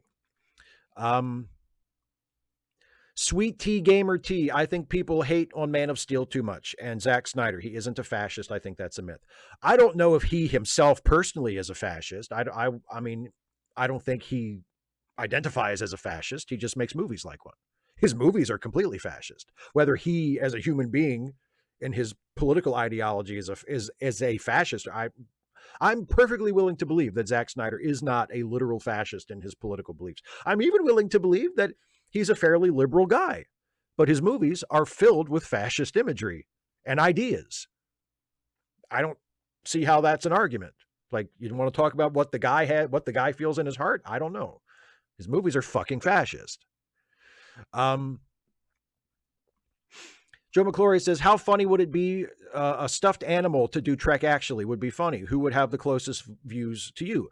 I don't think any of the stuffed animal characters feel anywhere near, like they don't have anywhere near the kinds of firm opinions on Star Trek that I do. Like, I feel like Stuffy probably likes it. Like, if Stuffy could have a good time watching Star Trek and probably knows a fair amount about it just through osmosis from watching it with me over the years. But he's not like, I don't think he thinks of himself as a Trekkie. He's not like, Star Trek isn't one of his things. And I don't think any of the other characters would consider themselves Trekkies either. So I don't know which of the characters would be the best fit for a guest host on one of my Star Trek videos. I don't think any of them really like Star Trek as much as I do.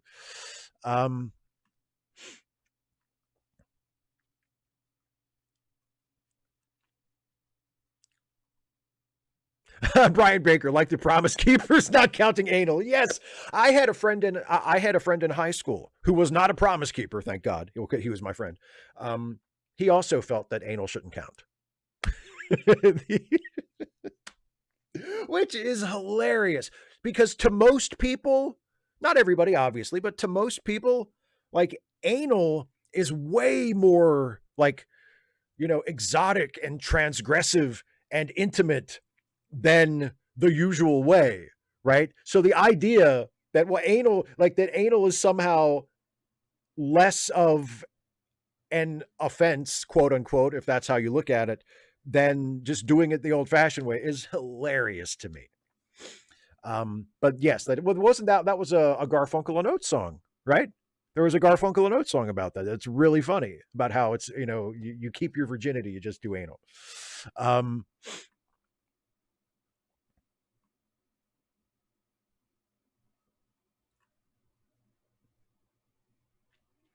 Yeah, some random geek. Yeah, Zack Snyder loves Ayn Rand. Yep. Isaiah Taylor, birthday's on Monday, 33. Happy birthday, buddy. Michael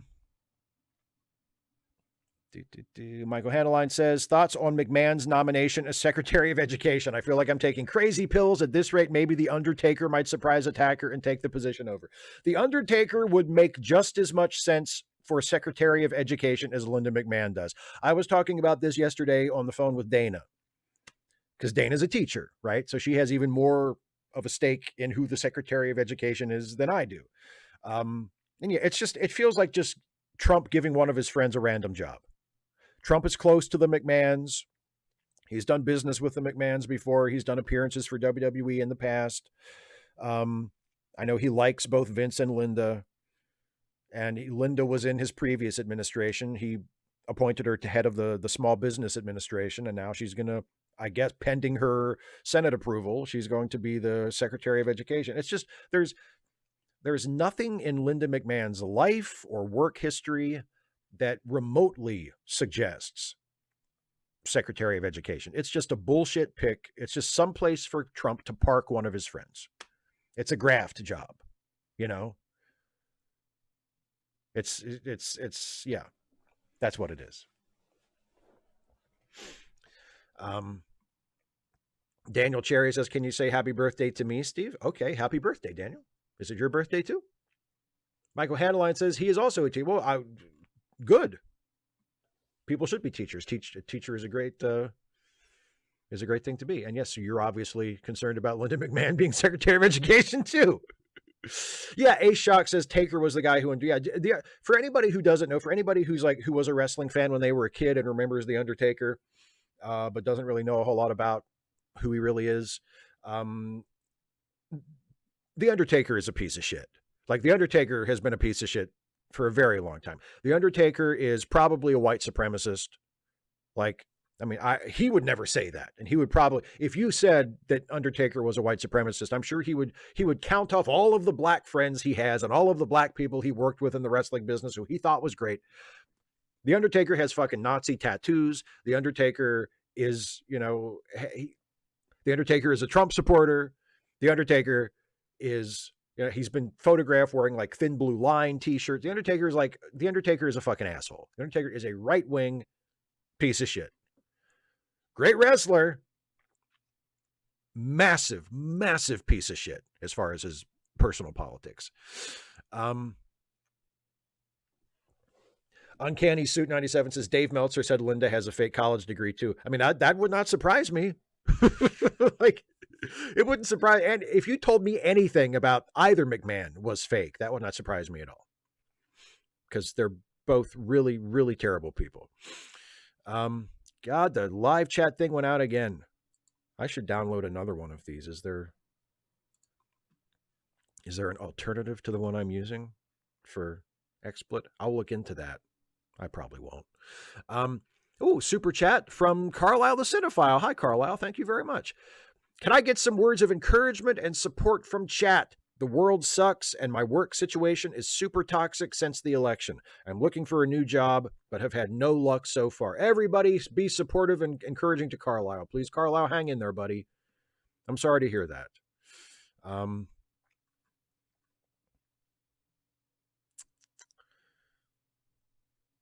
Uncanny Suit says, Zack Snyder has beautiful cinematography, but the fact that he struggles to understand these basic comic archetypes is pretty obvious. Me and Jason Harding on Late Seating have said this many times. Zack Snyder's proper job in Hollywood should be as a cinematographer. He has a good eye. He can frame a good shot. Like, he should be a cinematographer. He should not be a director. He's a terrible storyteller. But he has a good eye. He'd be a great cinematographer. He'd be a great director of photography.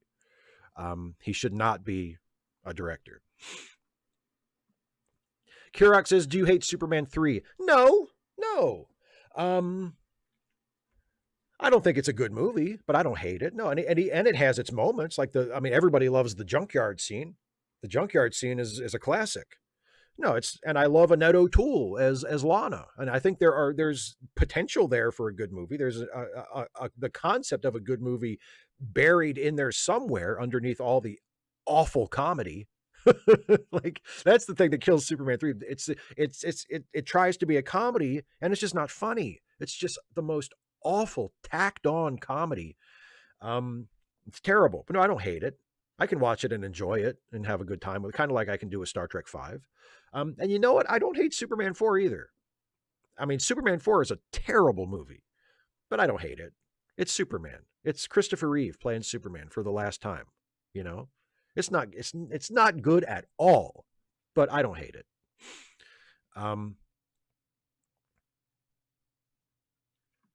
Matthew Lee says, Steve, there's a new grift by Trump. Do you mean the guitars? Yeah, fuck. Let me see here.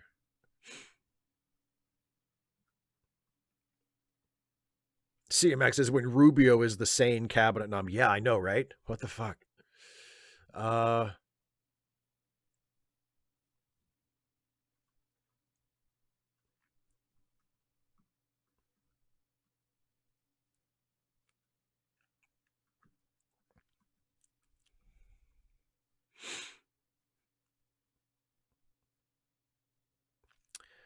Some random geek says, what wrestler isn't a piece of shit? Andre the Giant rules.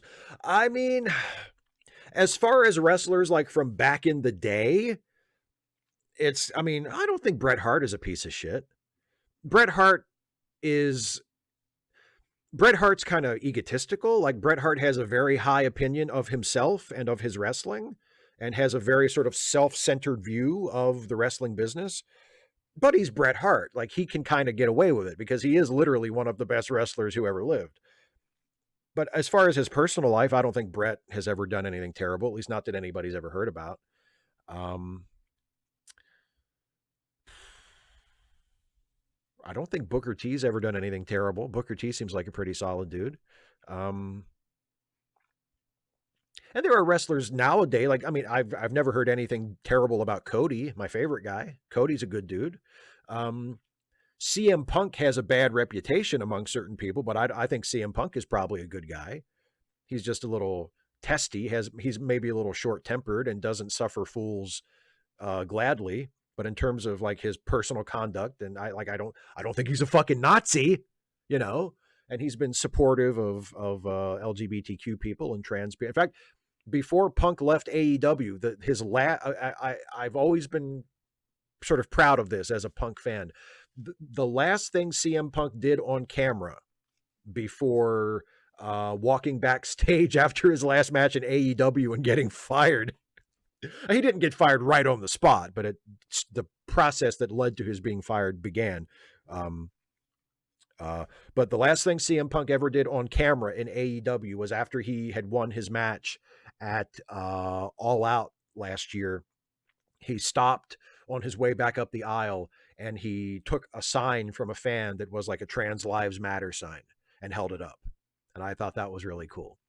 And also during that AEW run, he wore a T-shirt that was supportive of trans wrestling fans and trans people, and he came out for a promo once and had like a pro-abortion shirt that said something like, "If you don't have a uterus, then you don't get to decide," or something like that. It was like a pro-abortion rights shirt. So I mean, Punk is cool. Punk's a good dude. I don't have a single, problem with CM Punk. And he's a great wrestler and a great promo, and he's one of my favorite wrestlers. But yeah, so Punk and Cody are good. There's probably a lot of wrestlers nowadays that are relatively good. I've never heard anything terrible about Sami Zayn, you know. So there are good wrestlers, but as far as like the guys from back in the day when we were kids that were big stars, it's probably a short list. I always heard that Earthquake was a good dude, John Tenta, but he's dead. A lot of wrestlers from the 80s and 90s are dead and died very young because of drug issues and alcoholism and steroids and all sorts of vices that they dealt with back then. But there are some good wrestlers. But of the really like top tier, super famous ones, it's probably a depressingly short list.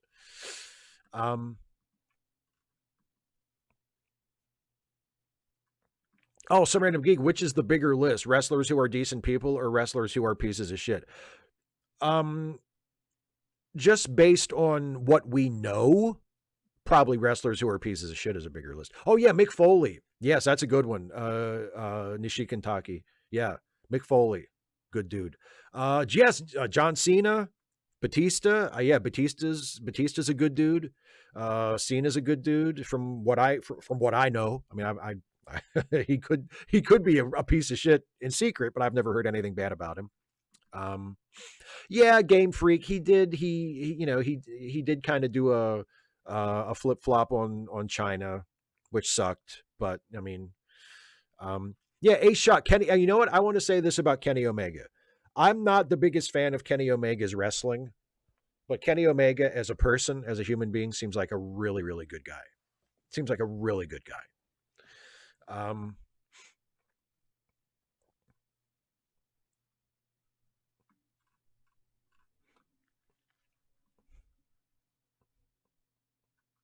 Nyla Rose, yeah, there you go. Yeah, Ace Shock, Nyla Rose, yeah, yeah. I've never heard anything bad about her. She seems cool.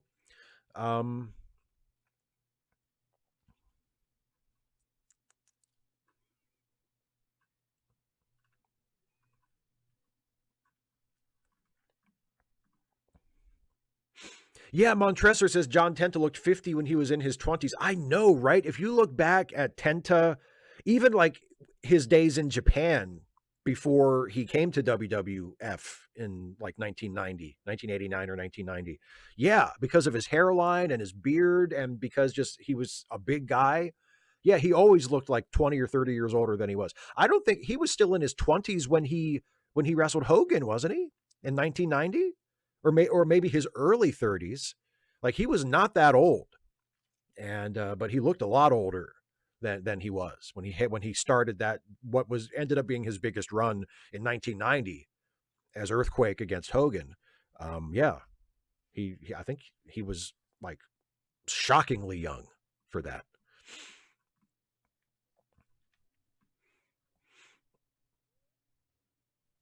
Chelsea Green. Yeah, there you go. There's some good ones. There's some good wrestlers. I think a lot of the younger wrestlers coming in are probably, because it's the generations sort of turnover, and hopefully younger generations are more open-minded and more progressive than the older generations. And I think the wrestling business as a whole, especially at that level, at the WWE sort of top level, has changed for the better. I think WWE as a company is still probably a fucking nightmare in about a million different ways, but it's a lot better, or seems to be a lot better than it was when Vince McMahon was personally involved. Um,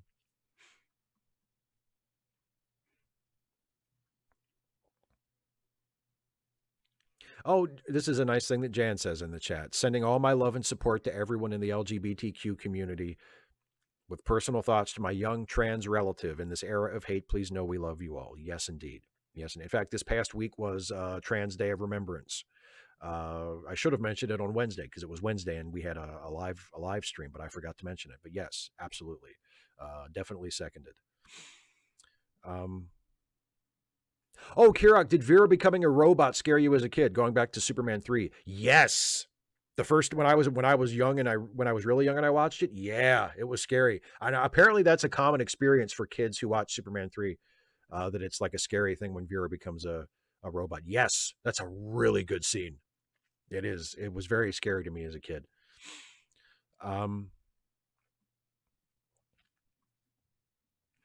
Uncanny Suit 97. I was a huge Kenny Omega fan when he was blowing up in Japan.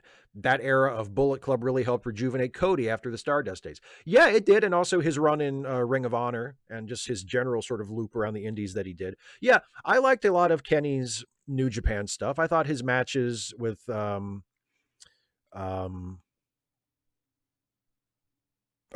God, I almost forgot Okada's name. I thought his matches with Okada were terrific. I thought his first match with Jericho was really good. I thought a lot of Kenny's matches were good, but just him in general, like I feel like he's not the reason his best matches. I don't think he's the main reason his matches are good. I think the reason his matches with Okada were so good were mostly Okada. Now Kenny kept up his end, and Kenny is obviously a fantastic athlete, but is he the guy I want to put together a match? Probably not. Kenny seems like the kind of guy who would overdo it at every opportunity. I feel like if Kenny was in, and obviously he hasn't wrestled anywhere for a while because he's been injured. And I mean, when he comes back to AEW, or probably even if he does stuff in Japan, like he needs someone else to produce his matches. Like he needs someone who has a head for wrestling, who knows how to put together a wrestling match that makes sense, to tell him what to do. Because there's no problem with execution. He's a fantastic athlete and he's in amazing shape. At least, I mean, he was before his injuries caught up to him. But he's one of those wrestlers, like a lot of wrestlers from his generation and from younger generations than him even. He wants to do every move he wants to do every move he knows how to do in every match. And that's just not a style of wrestling I enjoy. But yeah, if he had someone like producing his matches for him, he's obviously an amazing talent. Super chat from Astrokate Sathax. Thank you very much. Love your Trek videos. What advice would you have to us in the space industry to keep space a hopeful place for everyone, not just for billionaires? I mean, I don't know. What do you do in the space industry? I don't know. I'm not sure. Personally, I think the best way forward is to continue to advocate for increased support for NASA and not just NASA, but public space programs around the world, like national space programs around the world, not private companies. I mean, I think private companies and, space tourism, or even something like what SpaceX is doing, where SpaceX is basically a glorified contractor. Like Elon Musk is trying to make it seem like there's something unique and special that's never been done before. But all of like the really big, like epic, space missions that SpaceX is planned to be involved with are in conjunction with NASA. They're building rockets for NASA, which is the same thing that Boeing did or Northrop Grumman did. You know what I mean? McDonnell Douglas, like they're a contractor. They're making rockets for NASA. And that's fine. As long as it's a NASA program, because NASA knows what the fuck it's doing. And other than that, they do like space tourism stuff, which is also what Jeff Bezos is doing and Richard Branson is doing. And I don't have like an objection to that, but that's not the future of space exploration as anything other than like a novelty for rich people to do. The real space exploration that pushes frontiers is going to be like proper publicly funded space programs like NASA or like the ESA or the JSA or the other national space programs from around the world. Um,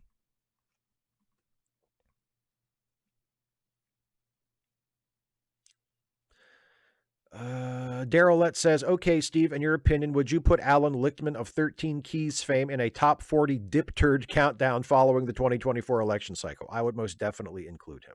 Why? Because he was wrong? I mean, he was wrong. I'm not mad at him about it. Like, I'm not mad at Alan Lichtman. He was wrong. I'm way more mad at the people who voted for Trump and at the people who could have voted for Harris but didn't. I'm not pissed at Alan. I wish he had been right.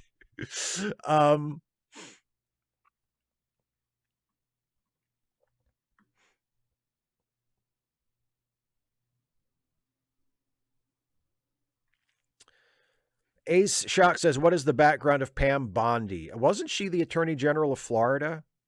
I think she was the Attorney General of Florida. And I mean, she's a Trump person. I think she was one of Trump's lawyers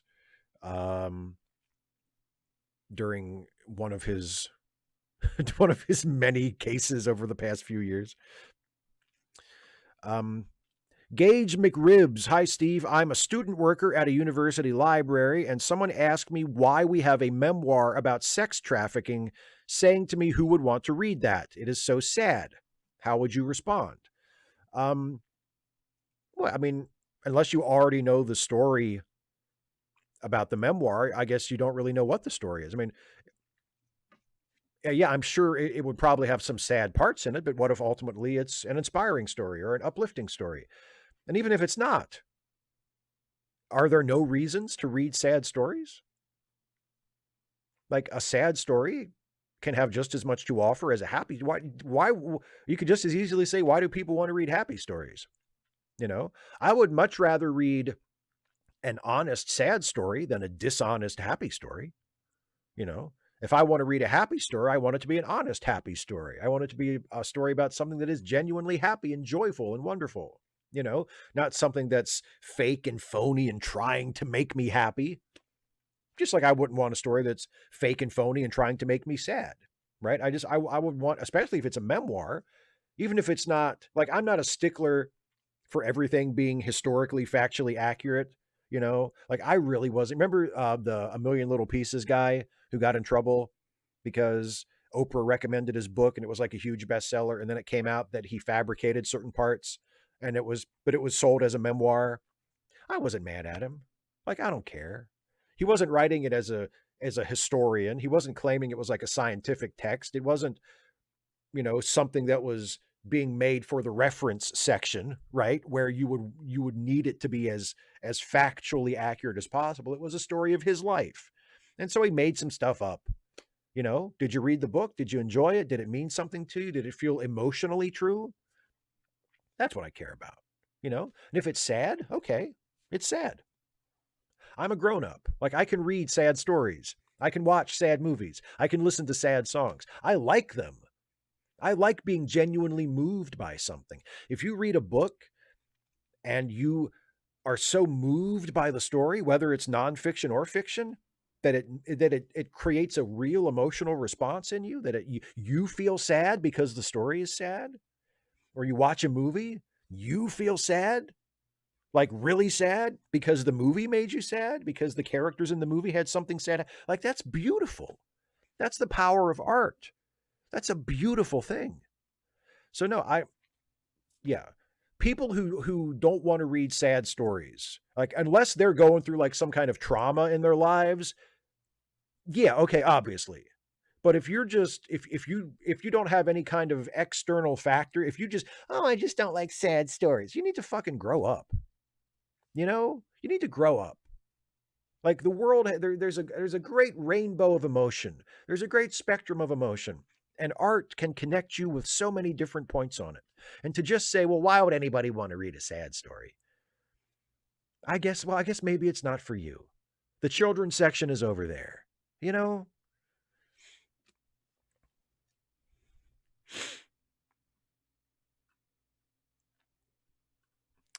Um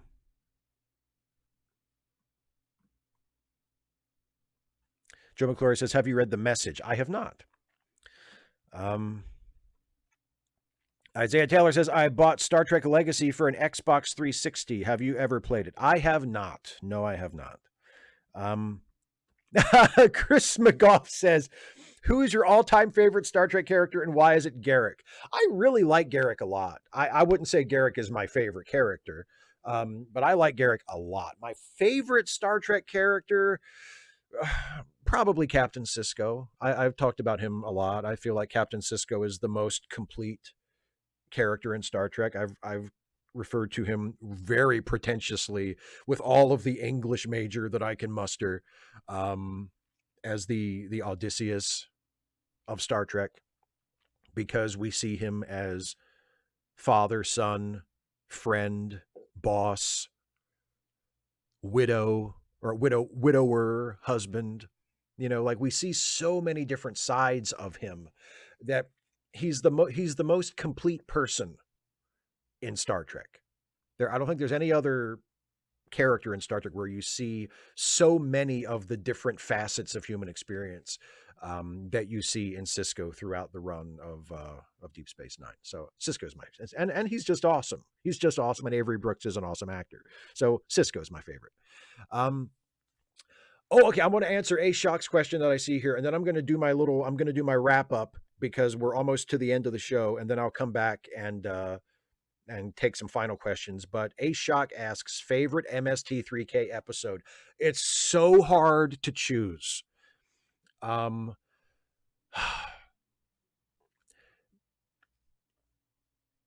Amazing Colossal Man.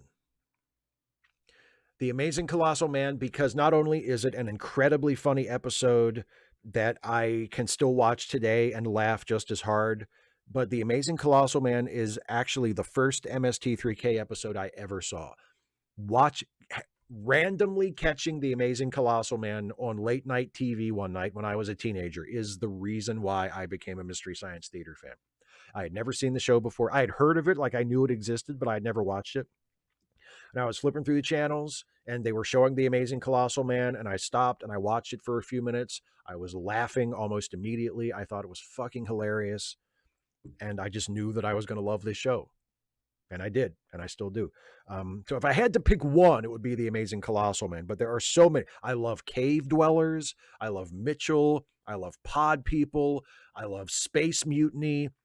I love some of the new ones, the ones they did on Netflix and on the Gizmoplex last year. Some of the newer ones are really good. Cry Wilderness, it's fucking hilarious. Avalanche, it's fucking hilarious. Yeah, I like a lot of Laser Blast. Shit, come on, Laser Blast. Invasion of the Neptune Men, which I thought about earlier today when Dana sent me the link for the Rage Against the Machine music video for Testify, because it has scenes from Invasion of the Neptune Men in the video. And I immediately thought, oh, they made fun of that on Mystery Science Theater. And it's one of my favorite episodes. So yeah, there are so many. Manos the Hands of Fate, for fuck's sake. Manos the Hands of Fate. Brilliant episode. I was writing the Stuffy and Friends Turkey Day video that comes out on Thursday. I did for people who don't know, every year for Stuffy and Friends for Thanksgiving, I do a Turkey Day video that is a tribute to Mystery Science Theater, where myself and Stuffy and Jack watch like short films, educational films, like old, the kinds of shorts that they would do like as a short on Mystery Science Theater. And we make fun of them. We do like a riff tracks, Mystery Science Theater style riffing of them for Turkey Day as a tribute to Mystery Science Theater. And today I was working on that. I was working on, the movie parts of that. And there's a reference joke to Manos the Hands of Fate in that. So yeah, I'm such a huge fan of Mystery Science Theater. But if I had to pick, Amazing Colossal Man. Santa Claus Conquers the Martians. Fuck, Cast Iron Chaos. Yes. Santa Claus Conquers the Martians and Santa Claus, the Christmas episode they did when Mike took over as host. Fuck, great episode. Oh, Noah Wiseman. What are my public domain picks for this year's Turkey Day video? Um, there's three of them. There's a 3-minute short called "Consuming Women." There's a 10-minute short from Motorama in 1961 called "A Touch of Magic," which is a lot like "Design for Dreaming," if you've seen that one. And then the main event is a 25-minute auto safety film produced by Bell Labs. It's weird. It's like an auto safety film produced by the phone company. Again, also from the early 60s, called Anatomy of an Accident. So they're all three really good. And I'm very pleased with how the riffs have come out. So I think it's going to be a good Turkey Day video this year. All right. Now, I'm going to turn away from the live chat for just a minute to wrap up the show. And so if anybody has any final comments or questions, please feel free to throw them in the live chat. I will come back and make a final survey of the live chat after I get through my end of show business. First of all, if you enjoy the videos I make on YouTube and you would like to help me continue to make them, please consider becoming a supporter of this channel, either by going to patreon.com/Steve Shives and becoming a patron, or by clicking the join button right here on the YouTube page and becoming a channel member.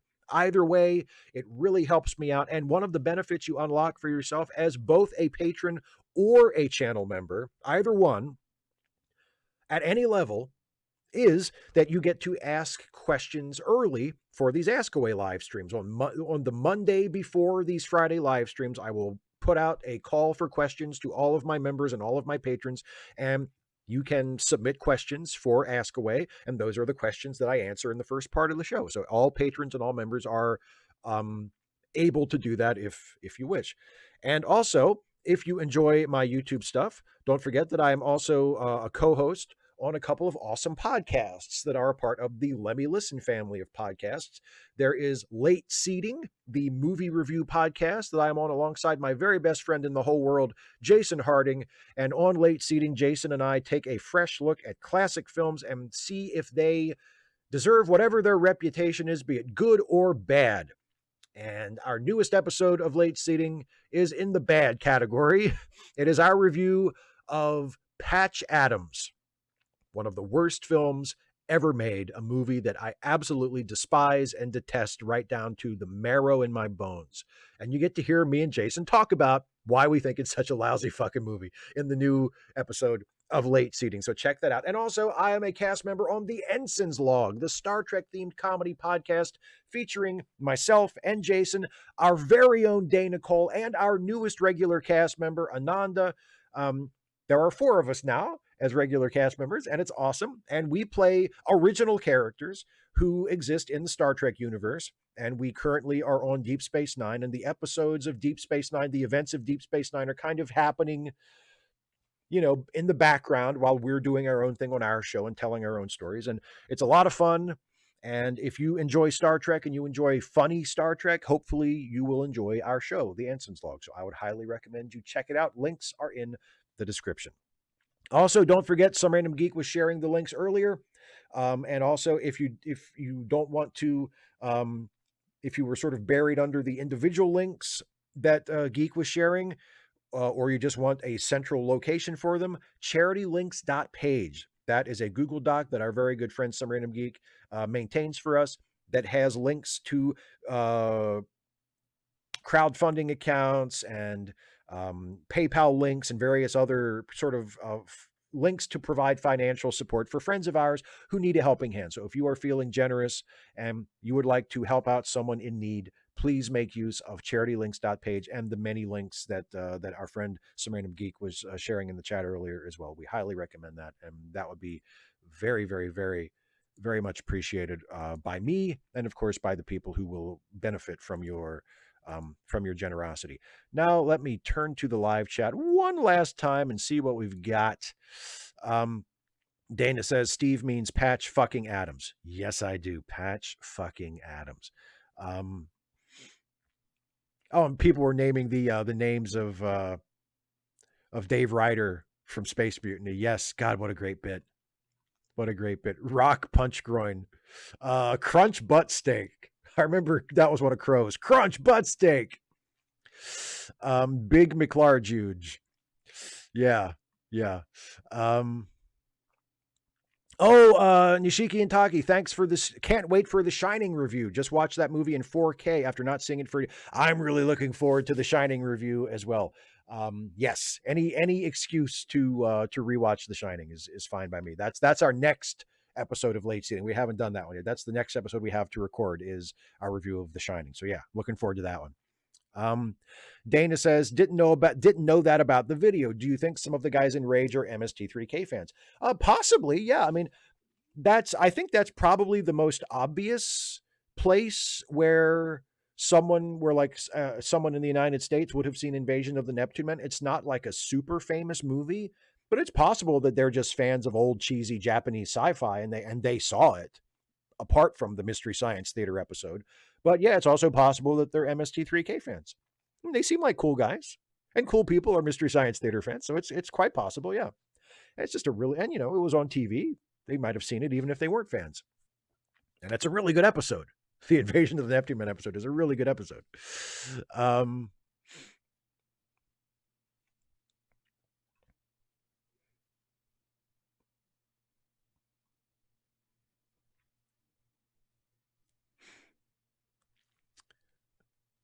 Simon Moody says, there were times Robin Williams really became far too sickly sweet for my taste. You ain't kidding, buddy. You ain't kidding. I mean, brilliant actor. Robin Williams. Fucking genius. Fucking genius. And hilarious.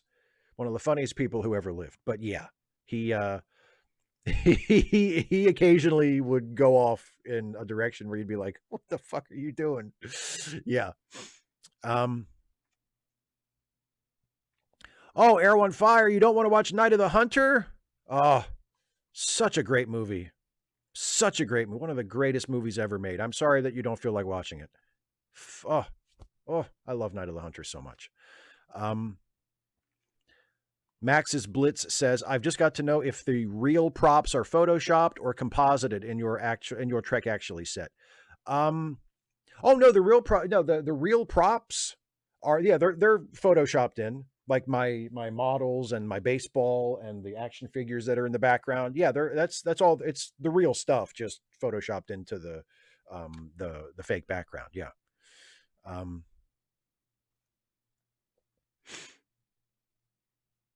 Joe McClory says Jack, and he doesn't get Star Trek. Reading a script you wrote would be a great joke. Trek actually. Yeah, Jack sort of doing a Star Trek video, making it clear that he gives no fucks whatsoever about Star Trek. That could be funny.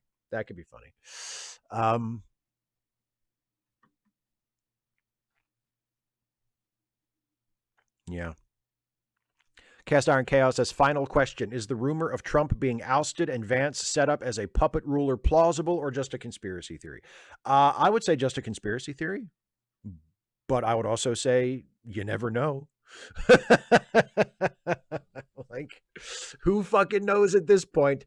All right, everybody, I'm calling it a night. Thank you all so very much for being with me once again. Have a good night. Have a good weekend. I will see those of you who choose to watch on Sunday, because this Sunday is my monthly hangout live stream with my patrons and channel members. That'll be this Sunday at noon Eastern. It's the final Sunday of every month, and that would be this coming Sunday for November. So I'll see you then. And then I'll see you next week for a new Trek Actually video and the Stuffy and Friends Turkey Day video that'll come out on Thanksgiving. So yeah.